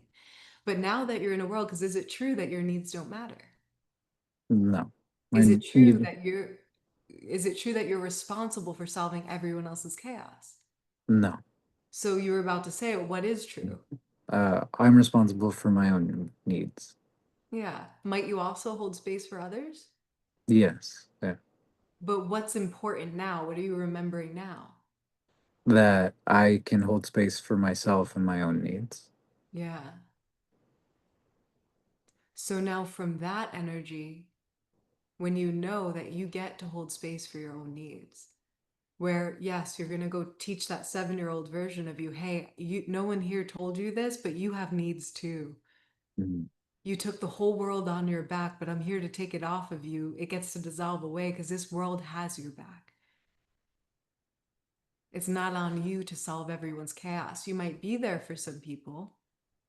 You might be a great support, but not actually on you to solve it because they're powerful beings that know how to solve it. They just need to remember. So it's not on you. So, yes, when you go get that 7-year-old you and tell him this, it's going to create a lot of integration that actually causes you to not feel as triggered in that situation. Mm, But when you were trying to think of like, okay, which is the logic, right? The logic yeah. comes in and it's like, well, this is how it happened before. But you're asking that question from that same subconscious lens, looking at a situation from that. But what's going to step in is a whole new world where you Mm, remember that, wait a minute, my needs matter. I'm not responsible. That's not actually true. I'm not actually responsible for solving everyone's chaos. It's the energy I knew from when I was young, but what new energy becomes available to you when you actually know that's not your responsibility? What new energy becomes available to you? uh, new energy I would feel is the lightness and freedom of letting things be what it's meant to be. Um, Yeah. Can you take a breath into that for a moment? And why can you let things be what they're meant to be? uh, Being able to internalize that everything's working out for the highest good, and I can play my part only for what my needs are and show up for other people, but realizing that again, everybody else is their own very powerful beings, you know. I do like that uh calming energies. It's like a smoothing, like, hey, um, there's a higher, greater good at work here that I can trust that um, everything else will be okay. I just need to allow it to happen and have the trust that um, good things will come from chaos sometimes. And how does your chest feel with that energy? Good. I can just breathing better, just being able to breathe. I'm in a weird seated position, but um, it just feels easier to breathe deeper. Yeah, there's more space, and that's Mm. powerful. So, what do you think the opportunity for Ryan is to step into his world? Let's make it actionable or Mm. practical for you. So, what do you think your opportunity is now as you step into your world from this place where you remember your needs matter, where you Mm. remember you're not responsible for everyone else's chaos? You remember they're powerful beings. It's not all on you. The universe has your back. God has you, always has, Mm. right? It's just now you're welcoming in that support more, right? It's Yeah. not about the healing that people need. It's actually about us getting out of our own way so the healing can Right. occur. The body Yeah. knows how to heal, right? Yeah. So now that you're welcoming that more in, how does Ryan get to step into his world now? What gets to happen from Mm. this place? Mm. Uh, I feel a way deeper sense of peace, internally. Mhm. Being able to breathe a lot deeper just feels um, like my whole nervous system can just ah, I can sigh, do a sigh of relief and mean it, which is Yeah, good. Um, that's nice. yeah, Amazing. So let's go start moving from this space. And I mean, I'm going to get to see you if you can make it to Saturday's live session. I'm going to get to see you in a few days. So yeah. keep us updated on how you feel over the next few days for sure. But how are Mhm. you feeling at this moment? Do you feel complete with that deeper nervous system? Like, are you feeling Yeah, complete for now? definitely. Yes. Amazing. I'm so Thank happy to have gotten to talk with you. Thank you for who you. you be in the world. And I'm Mhm. so happy that, just like you said at the beginning of the conversation, you said, Mhm. I need to practice compassion for me. What just became available is you including yourself in that circle Mhm. of compassion you give for so many beings. Mhm. You get to be a part of that now and bring that to you too, which is just so beautiful, which is what you Mhm. asked for, which is really nice. Yes. About Thank you. time. Amazing, Thanks. Ryan. Thank you so much. Thank you, Sarah. Mhm. Beautiful. Really beautiful. Amazing. Okay, awesome. So, thank you so much, everyone, for that. And let's go to Bambi next.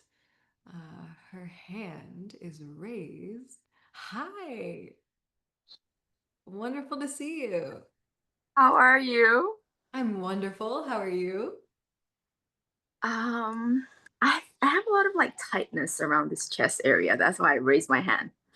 And it's Hmm. something that has been like bothering me as of late, like the past week, like a trigger that I'm like really trying to get into the root of it. Like, what is it teaching me? What is it revealing about my own subconscious limitations? And everything that has been said today is really resonating. Like, tolerating, not tolerating, feeling responsible, the mother energy, all of that. Because in my case, we have a helper in the house that helps. She's 23 and she lives with us, so I feel like I'm very responsible for her. So it's just me and my mom and her, and she lives with us, and I feel very responsible for her. And it's just this pattern that has been triggering me lately. Like she loves going out, and I do give her the freedom to go out, but sometimes she comes home really late, and I did make it clear at the beginning that it's you're living with us, I'm very responsible for you, so I don't want you to come home late. Like this is the curfew. Like you need to be responsible for your own responsibilities and all that. And it's just, as of late, I feel like, am I being too controlling? Am I being too much? Like, is she like she's crossing the boundary? Am I being too nice? Am I allowing her to step on my boundaries? Like, is it time to let her go? Like, but am I overreacting and all that stuff, you know? So it's like, it's just like a lot. And sometimes like when I know that, okay, like, okay, I'm gonna go out for dinner with my friend, I'm like, okay, you can go out. Just make sure you come home before this time. But like, it's like my time to sleep and I'm like, I cannot sleep. I'm like stressing. I'm like, is she okay? I'm like, I'm worried. Like, you know, this, all this thing that's going on. It's like, oh my God, like it's making me very anxious, you know? And I wake up and I'm like, is she home? Because there has been one incident where she didn't come home and I was worried as hell, like calling her parents, like, did she call you guys? Is she there? Like, so I'm very like stressed out. So like every time like I know like okay, she's going out, like I get stressed out, I get really worried, I cannot sleep. And Mm-hmm. I like checking like is she home, you know? So when Yeah. is it worth it, you know? Like does she really want to be here with us? Like, is it worth me stressing over it? So like I'm in that space right now and I'm trying to like really I've been journaling and I'm like I just cannot get to the root of what it is, you know? Yeah. Yeah. Okay. So what would you say you're worrying about? I know the details, but what are you worrying about? Yeah, for me it's like for me I'm worrying about like she's not taking her job seriously. She's not being responsible and Which therefore leaves you feeling what? like she doesn't care about me. Mm-hmm. She doesn't respect me. She doesn't yeah, I think it comes down to me. Like she doesn't care about me. She doesn't care about her responsibilities as for like therefore like the things I've been teaching her stuff she doesn't care about it, you know? Yeah. Yeah. So she doesn't respect you. She doesn't care about you. Go ahead. Yeah, when I know that it's like I'm also very like I'm very understanding. I'm very like I can tolerate a lot of people's thing because I'm very understanding. I feel like okay, I know like she's been in this kind of household before where it was very strict with her aunt living with aunt. It was like very strict and everything, and that's why when she gets to go out, she goes like crazy and she doesn't know boundaries and stuff. Like I'm trying to be very understanding of all that, Mm-hmm. and that's also like causing like friction. Am I being too understanding, too compassionate, like too easy? Yeah, your odds within you. Yeah, I'm just like, oh, it's just really bothering me. Mm-hmm. Okay. So you're feeling like she doesn't respect you. You're feeling like she doesn't actually care about you. You're also wanting to be lenient, but you're wondering essentially if you're being too lenient and if you're just letting her do too much. Okay. Yeah. So is there anywhere where you feel like you're not respecting you and what you need in your life? Yeah, I'm for sure. I'm very, like I said, like I'm a very considerate person. I always put everyone else's needs above mine. And I always, it's almost like, in a sense, I always question, like, am I being too controlling in that way? Mm-hmm. Like I'm always everyone else's needs is above mine. Like I'm very Yeah. considerate. I'm very, very considerate in the sense that when I do have to like speak up or confront, like I get, you know. Yeah. Because what have you forgotten to be considerate for? Sorry, what's the question What have again? you forgotten to be considerate for? You've For my forgotten something. Yeah. Yeah. Like you said, everyone else's needs are above you. And you're trying to be considerate for other people, but what's actually happening within you? like I'm not considered to myself, and every time my needs come up I question myself, and then I doubt myself and I shove it down, or I, you know, I make it very like it's not important. So Yeah. then So what have you done to yourself? I've neglected myself. I'm not taking responsibility for myself. I'm what's the word, I'm not respecting my own needs. Yeah, And what is she doing? she's doing, what is she doing? She's Yeah. mirroring. Yeah. What That's did you say about her before, right? yeah, Sometimes it's a little tricky to see these things, right? yeah. Yeah. So what is she, how is she showing up for you? What did you say? She wasn't being considerate, right? Staying out late, not respecting the rules, disrespecting what you were saying. Is that right? Yeah. So, where did you learn to disrespect your own needs? Where did Bambi learn that? It's very, I think it's very like similar to Lorraine. Like my dad passed away when I was younger, and I lived with my mom, like my biological mom. She was very unstable, so Mhm.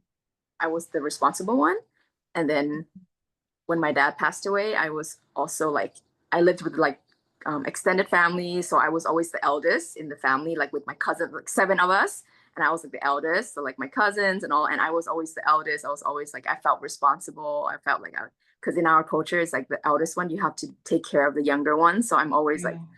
like taking care of everyone, making sure everyone's okay, you know. So that's Wow. What a the theme tonight, huh? yeah. It's on me theme. My goodness. Can't make this stuff up. I swear I didn't plan this, everyone. I had no idea what we were going to talk about tonight. It's just the divinity of the universe. So, what did you get from the first two conversations? What did you get from that? Like the world is on my back. Like I'm feeling like I'm responsible for for everyone around me. Yeah. And how has that shown up for you? How has that impacted your life? Um, on a good side, it's made me a very like empathetic, caring person, and a lot of people like I can relate to a lot of people, and I like they relate to Yeah, but me. how are the things that you want to improve in your life? Like, how is your business? Um, that is not so good because everyone's needs is always above mine, so I always Exactly. Kind of hard.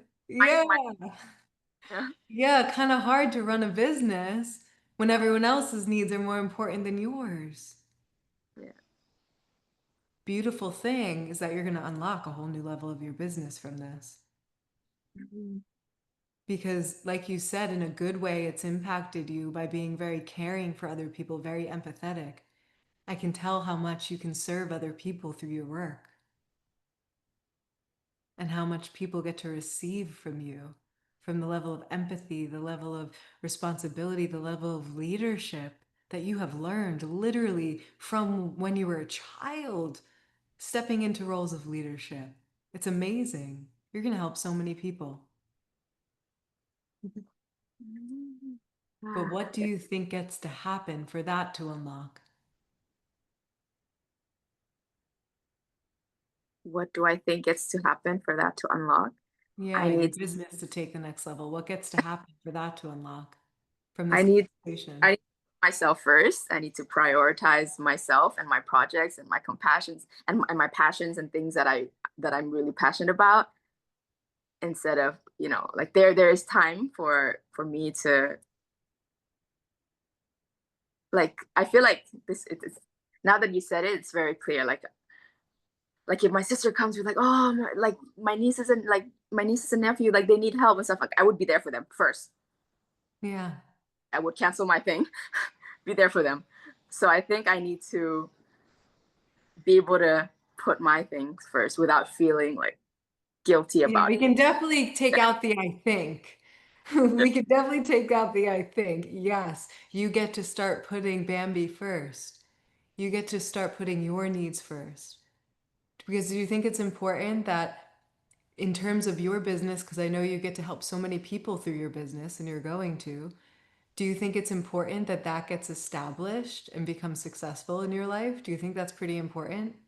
Yeah, Do you think that you can actually impact your family even more when that becomes even more established? yeah, yeah, for sure. Right? Yeah, so much. You're going to be able to support so much if you choose. You won't have to because it's not all on you. You're going to learn that, right? Okay. So let's do the same exercise because you felt like you were the responsible one. Those were the words you used, right? And then tonight you resonated with the it's all on me, like the world's on your back. Now we can have a lot of compassion for that, Bambi, right? With your father and then growing up and being the caregiver and caretaker and also being the eldest responsible for all the family members. That's a lot for a kid. Now you mentioned before that a lot of good things came from it. What were some of those good things that came from it? It definitely made me I'm a very responsible person. I'm very empathetic and very kind. like my human skills are like beyond this world. Like there's a lot of things that I can tolerate and I can understand and I can see a different perspective than what other people see. I'm not judgmental at all. Like I'm very understanding. And yeah, I'm really good with people. I'm good with training people. I'm good with motivating people. And yeah, I just love learning from humans and yeah. And I feel like I can always give kindness. Like like every time I talk to someone, I show up, it's like they can feel my kindness, they can feel my smile, and I just think that's beautiful. And It is beautiful. You radiate it. Yeah, you radiate it. And I'm so excited to see how much more you radiate it and become magnetic in your life to these desires that you have when you no longer think the world is on your back. And another thing is connecting to me because you asked a question last time about the relationship. yeah, Do you think you actually would have space for a relationship if all of your family's needs came before everything else? no, Now we're getting to the root of that too, putting two and two together. Because remember, you were asking about the relationship, and you're like, but yeah, I do feel like I love myself. And you know what? You do. You radiate a beautiful energy. I can tell you've done a lot of work. I can tell how conscious you are, how spiritually advanced you are. That radiates from you. But there would be no space for a relationship in the current function. Can you see that now? yeah, Is the dots connecting there too? yeah, yeah, for sure. Now it's making sense. Yeah, there's no space for it. If as soon as the cousins came over, you canceled all your stuff, I mean, he might or she, whatever, doesn't matter. But what matters for you, I guess. Whatever you choose would start feeling like, what the heck? I thought that was important to Bambi. Right? Yeah, There wasn't space for that before. Now we're getting it. So now we can understand the world of why the young version of you decided that you were the one that was responsible. Because when you were, you didn't really have a choice. The eldest, the expectations on that, what you went through when you were young, we can get the world of it. It taught you a lot of amazing things, served its purpose. But do you yeah, think it's effective now going into this next phase of your life to live in a world where you think the world is on your back? no. How would you like to put that down too? I would love to, yeah. What's a lie about the idea that the world is on your back? What's a lie about it? It's not on my back. No, it's under your feet, isn't it? It's holding you. It's been holding you this entire time. It's just the young version of you thought that it was all on you to be the responsible one. And we can love your responsibility. It's a beautiful thing. You've learned a great skill. But where has it not served you?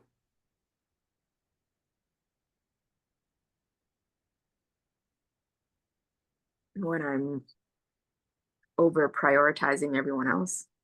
Oh, yeah, because what does that start to feel like in you? It feels there's a lot of tension, a lot of heaviness, a lot of doubting myself, questioning myself. And yeah, I just don't like being in that place. It's very uncomfortable. It makes me very anxious, and I'm very aware when I'm anxious because I'm normally very relaxed, very peaceful. Like so Yeah, when a bit of anxiety, I'm like, oh God, this is really uncomfortable. yeah, yeah. And it was starting to manifest in a bit of disrespect toward self, Yeah, right? Just subconsciously, because you didn't have space for it before, yeah, right?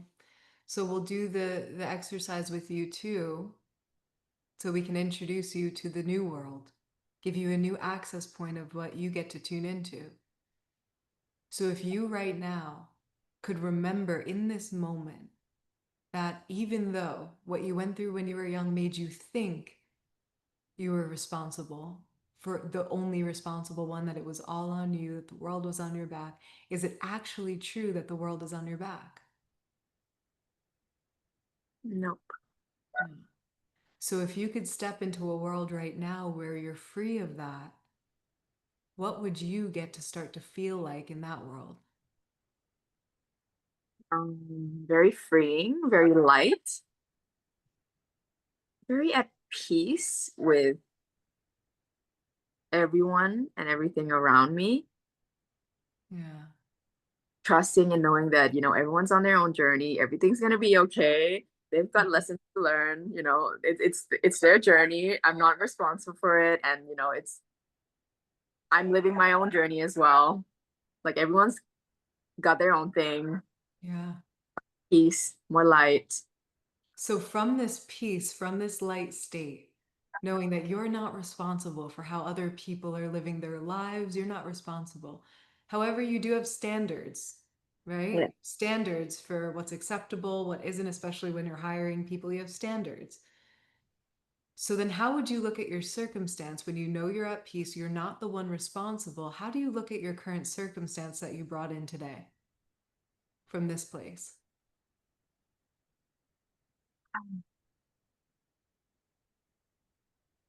How would I look at my current circumstance? Take a deep breath into the world that you're not it's not all on you. Even when you're making decisions, it's not all on you. That every decision you make, even if Bambi, it might impact someone in a moment and might be a little challenging in a moment, it's still happening for the greatest good of all involved, or it wouldn't be happening. When you're honoring your truth in your heart, you're also honoring the truth of the entire universe. It's in harmony with all things, even if in the moment it might be challenging. So, from the energy of remembering that, remembering it's not all on you, you're not responsible for how other people act. How do you now get to look at the circumstance? What starts to clear up? What do you start to see? That sometimes like releasing and letting go is okay. Mm-hmm. Like if people are stepping on ignoring the boundaries and not respecting the boundaries and stepping over my boundaries all the time, like it's okay to release and let go. Maybe it's better for both. Yeah. But what gets to happen too is that you get to let go and give someone an opportunity to rise to meet you too. Yeah. That's also another potential. But what's happening for people when they think they're doing things to help other beings because they're like, oh my gosh, they're not being responsible, they're stepping over boundaries, they don't realize they're gonna lose their like you're creating the world of it. What it does is enables people to stay in their not great habits. Mm. So you could think you're actually helping the people when really it's enabling them to keep acting the way they are. So yes, you're on point with the letting go. Because what's going to happen is you're going to get an opportunity. You're not like firing them right away, but just letting go, just letting them be who they are, describing your circumstances, describing your boundaries, describing how you expect the household to be because you get to have standards. Like I wouldn't say it's boundaries, it's more like what you're available for and what you're not. You know? Boundaries are like, you have to act this way for me to be okay, which was like the old world. Now it's like, this is what we're available for. This is what this is like here. You either come in and do these things or you don't. So, how does that start to feel with this circumstance? Yeah, it feels like it resonates in my heart. Like in my heart, like I woke up and that's like I knew that's what needs to happen. Mm-hmm. And like I knew it. It's just so heavy because again, it's like I'm in the old world, so it feels heavy. Whereas now it's like, okay, I'm like drifting into the new world now where it's like I feel a lot lighter and peaceful. So it makes sense. It Yeah. makes that has to happen. Yeah. And it feels Amazing. good that okay, yeah, this feels good to my heart. This feels good. It feels like right in my energy. Like the energy is already clearing up. Amazing. Amazing. So, Bambi, who do you get to be in a world where you know that you're not the only responsible one? You might be responsible, you're not the only responsible one. And that you get to put the world where it belongs, which is under your feet, letting it hold you. How does that world get to be for you? It feels good. It feels like I can go like this. Yes. And in that world, does it feel possible for you to now respect what you need as well and prioritize that? Might you Definitely. also be there for your family? But what gets to be included in that care for your family? What gets to be included in that? Um, what gets included in that? I think it's my my my presence and my good energy, like amplified. Yeah, yeah. And yes, times 1,000, which is just so epic. And what gets to be included in your care for them is your care for you, which includes your care for your business. Your business is an extension of us, right? So what gets to be included is your care for your business too, which is pretty epic. And your care for your own love life, where you can open up space, right? You were wondering how to manifest someone. Well, you're doing the things you love yourself. You're doing the work like you were mentioning before, but we just revealed where there wasn't space for someone to come in. So now maybe even that space gets to open up. Yeah. Yes. Amazing. Are you feeling complete for now? Yeah, and it's so funny because I'm like talking about space because I'm really good with like physical space and decluttering and like I'm very good, I'm very OCD with like making sure my house is clean and like decluttering and throwing stuff out. Like I'm not a hoarder. So like when it comes to this, I'm like, damn, there's another level that I'm like not making space. It's crazy. Infinite levels. There's infinite levels. What'd you say? Never crossed my mind that I'm like not making space because I like for me like decluttering is like huge. Like I love decluttering. I love making space, but I didn't realize that this was like another blind spot that I'm like not making space in. It's crazy. Yeah.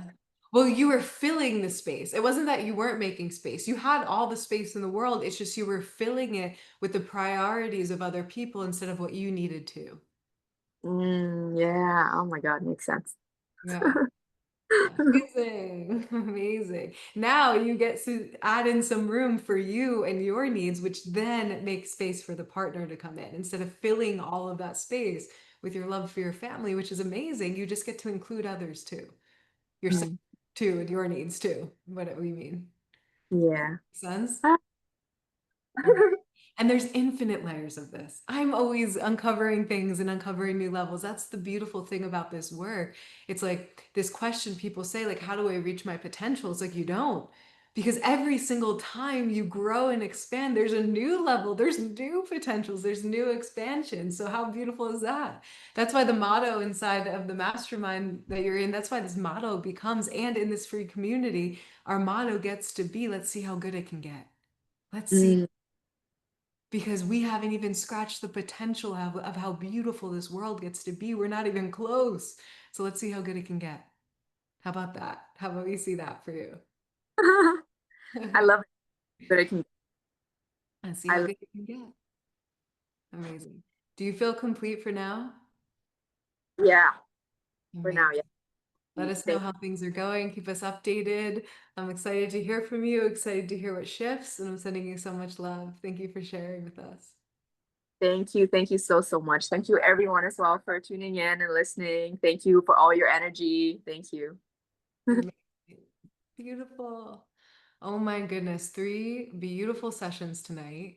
That was wonderful. We didn't do the rapid fire, but I think there are questions here.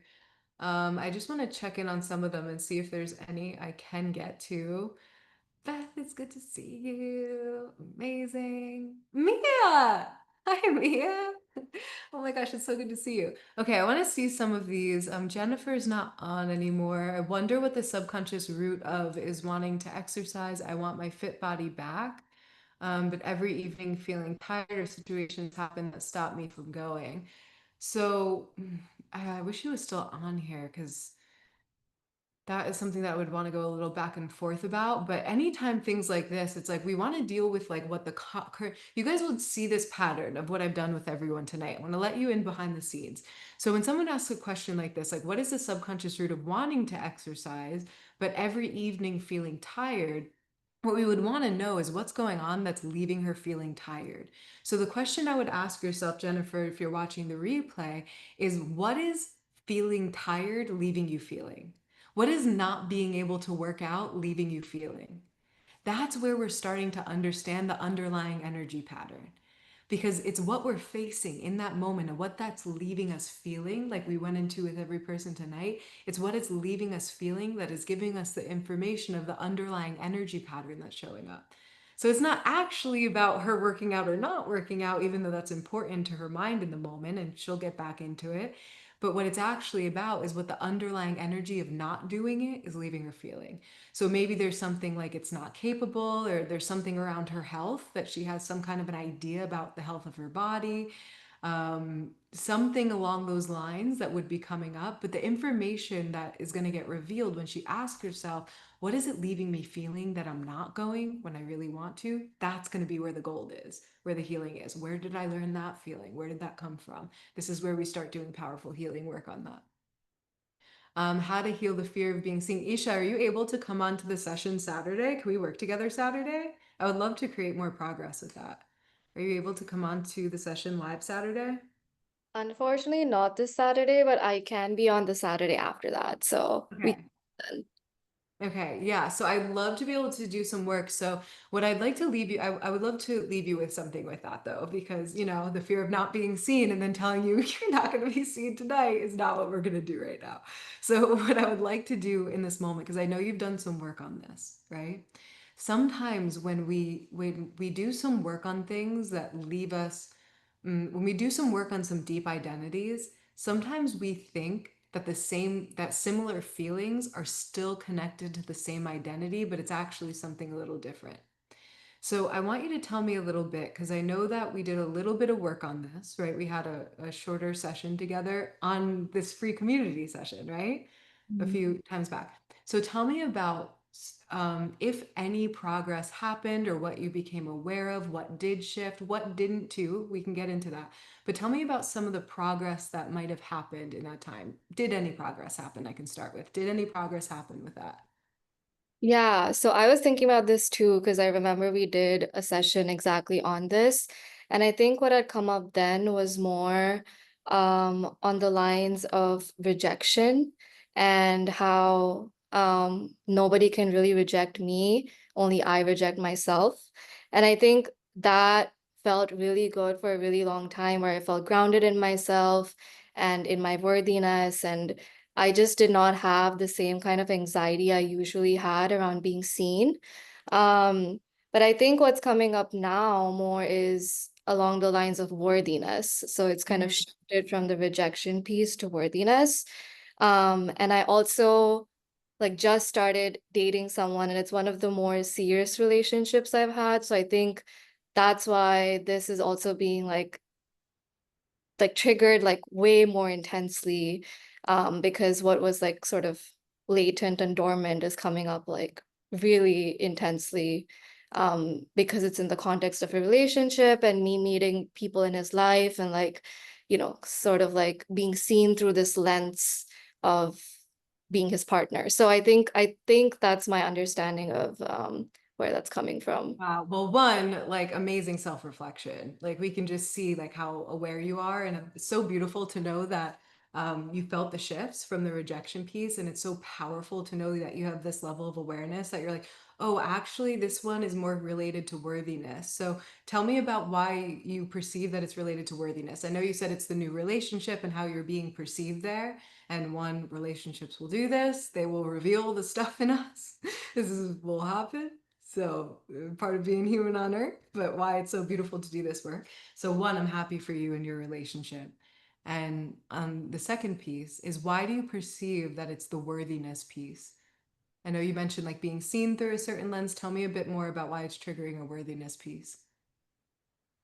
I think because when I was doing some meditation on it, the first thing that came to mind was like, oh, I feel a fear of being seen because I feel I'm not worthy of being seen. And I don't just see this coming up in the context of people, but I see it coming up in my career as well. Um, I'm a lawyer, so I feel like the profession itself is a very like perception based field, and I see it coming up in my ability to perform to my highest potential, and just even I feel like it's also connected to the amount of money that I'm able to make and the financial blocks and stuff like that. So I Yeah. think it all ties back to, oh, why do I feel these things? It's because I don't feel worthy of being seen or being perceived as a good lawyer or as a good partner, or feel worthy of bringing value to then be able to make the money that I think I deserve to make. Why do you think you're not worthy of that?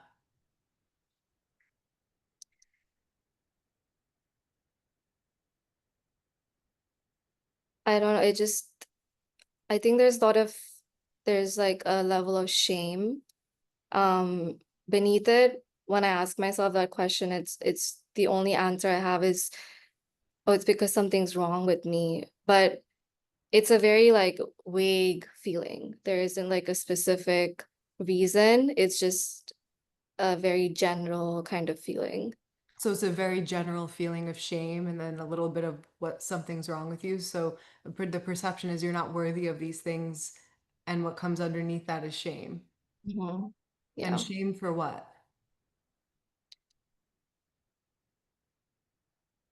Just like, I don't know, the only thing I get is like, because something's wrong with me, but yeah, I Did don't. you have pressure in your household growing up? Yeah, I think my dad, there wasn't really like pressure to perform as such, but I do think my dad was he was like a more dominant figure in the house. Definitely like the angrier parent. So there always was like this subconscious pressure to impress him or make sure that I'm not like he doesn't get mad at me or like I don't trigger his like dominant side. And I feel like he's healed a lot and I can see that, but there was definitely like a period when I was growing up that I felt that pressure subconsciously. Yeah, okay. And when you would trigger his dominant side, what would that leave you feeling from that interaction? Not not good enough. Um Is that where you learn the signature of shame? yeah, I think so. I think so. Because every time I do work on this, I always get taken back to this one instance where he hit me. And I've done a lot of work around it, but I think it still keeps coming back up as like because I felt so rejected in the moment that the automatic messaging was like, oh, something's wrong with you. Yeah, yeah. Did you feel shame from that moment? Yeah. Yeah. Because Isha, I could tell you did a lot of work with this. Do you actually think there's something wrong with you? No.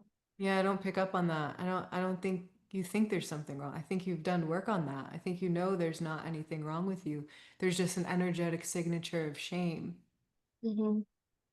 as if you could do something wrong and then the little kid could get hit, and then that's something to be shameful of. Yeah. Is that resonating? Yeah. And I think that like automatically makes me shrink myself in situations when there isn't really any need to do that. Yeah, yeah. What were you doing before you got hit? Do you remember that?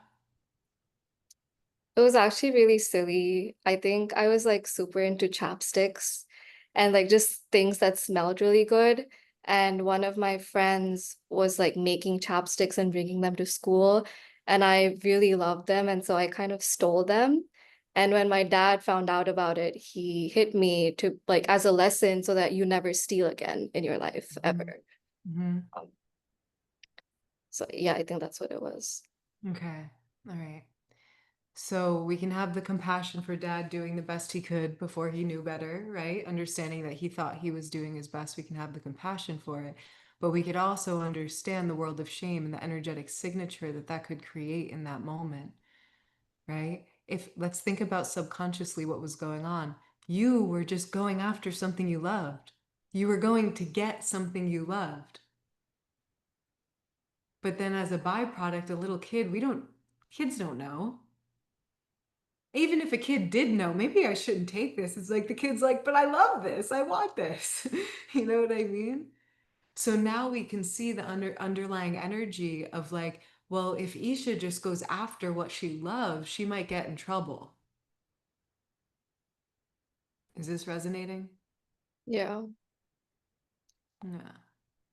But as a little kid, do you think there was actually anything to be ashamed for taking the chapstick that she really loved? No, I mean, I do think I was wrong to steal, but I could have been taught that in a gentler way. Yeah. And even just stepping outside of wrong, I know as a lawyer, it's a different world. I know the language can be tough, but you're as a kid, you were just doing what you were doing, Yeah. right? You were just doing what you were doing. You saw something you liked and you wanted it. That's not actually wrong as a kid. You're just doing what you're doing. But what are you describing though? You said it was wrong, but what's a gentler way to even describe that being wrong? What's a gentler way to describe what you were doing? Mm, That's more logical. Just describe the facts. that I stole. You took something that was someone else's, Right. Yes. right? If we look at the most logical facts, you just took something that was someone else's. But Yeah. why did you do it as a kid? Because I loved how it smelled and I wanted it. Yeah. Could we have a lot of compassion for that as a kid? Yeah. Yeah. Now, as an adult, if you love something and want to experience it, is that anything to be ashamed of? Mm, As an adult, if you express yourself and express the things you love, like expressing yourself at work, expressing a project you've been working on, a case that you've been working on, standing up and speaking out your essential love for your what you've done, is that anything to be ashamed of? no, No.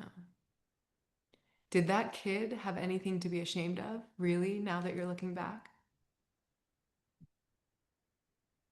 no. She was just learning, wasn't she? Is it okay that she might have made a mistake and was learning? Yeah. Is that actually anything to be ashamed of as a kid? No. No. So I want you to take a breath into this. If you could feel the world of shame dissolving away because that young version of you, even though she went through what she went through, you know now that she has nothing to be ashamed of. She was learning a lesson, she was doing her best, but there's nothing for her to be ashamed of. If you could feel the world of that dissolving away, how would you get to feel now?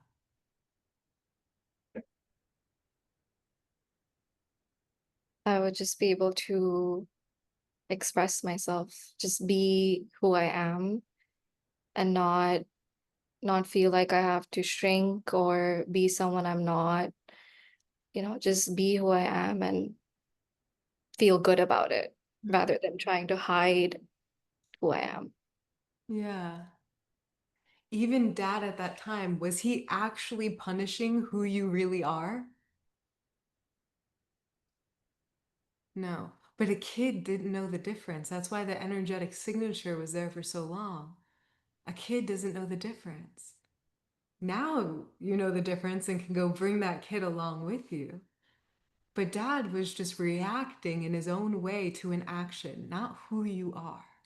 Right. So even in that moment, was there anything to be ashamed for who Isha is? No. So if you can step into a world where you're free of that, what world becomes available to you? Just one of love, like I genuinely love the authentic me, um, and one where I'm free. How would you like to go step into that world now? A lot. Yeah. Is that you worthy? Yes. Yes. Yes. Unquestionable. Of course. Of Yeah. course. Your worth is inherent. It's never changed. Mistakes, no mistakes, your worth is inherent. It's a birthright. And that's what gets to come alive through you in this world. Speaking up for what you do in the workplace, letting your partner see you because your worth is inherent, where you're genuinely loving. You get to just be you. Mhm. My gosh, just see what happens with your partner's love. You're about to become magnetic on a whole new level. So, how are you feeling now? What are you aware of? Yeah, I think that resonates a lot, but there's just still this energy that I feel inside, which sort of comes up in those kind of situations, which kind of like inhibits or almost like closes me off. And I don't know if that's more of just like doing emotional release around it or some more like programming work. Yeah. So you could be asking the question from the energy of expecting it to happen from the old world, kind of like how we were talking to Ryan. Where'd you go? Um, where are you? Okay, there you are. Couldn't see you. So kind of talking like how we were talking to Ryan, how sometimes we have questions as we're talking about this from the energy of expecting that to be there because that's what we're used to. So yes, like you said, a little bit of emotional release, a little bit of time tuning into the world where you know that you're free, maybe doing a bit of the quantum timeline healing meditation with that version of you, letting her know that there's nothing to be ashamed of, being there with her as that dissolves from her system, knowing she's safe to be her. Because that could also be what happened in that moment. So we talked about dissolving the energy of shame, but there could be a little bit of her being safe to be her. Her being safe to make mistakes, which is inevitable for humans. So that could be a little bit that's there, that as you integrate this, that gets to come on board with you. Does that resonate? Mhm. Yes. Yeah, I definitely resonate. The expectation part definitely resonates. Yeah, and what about it?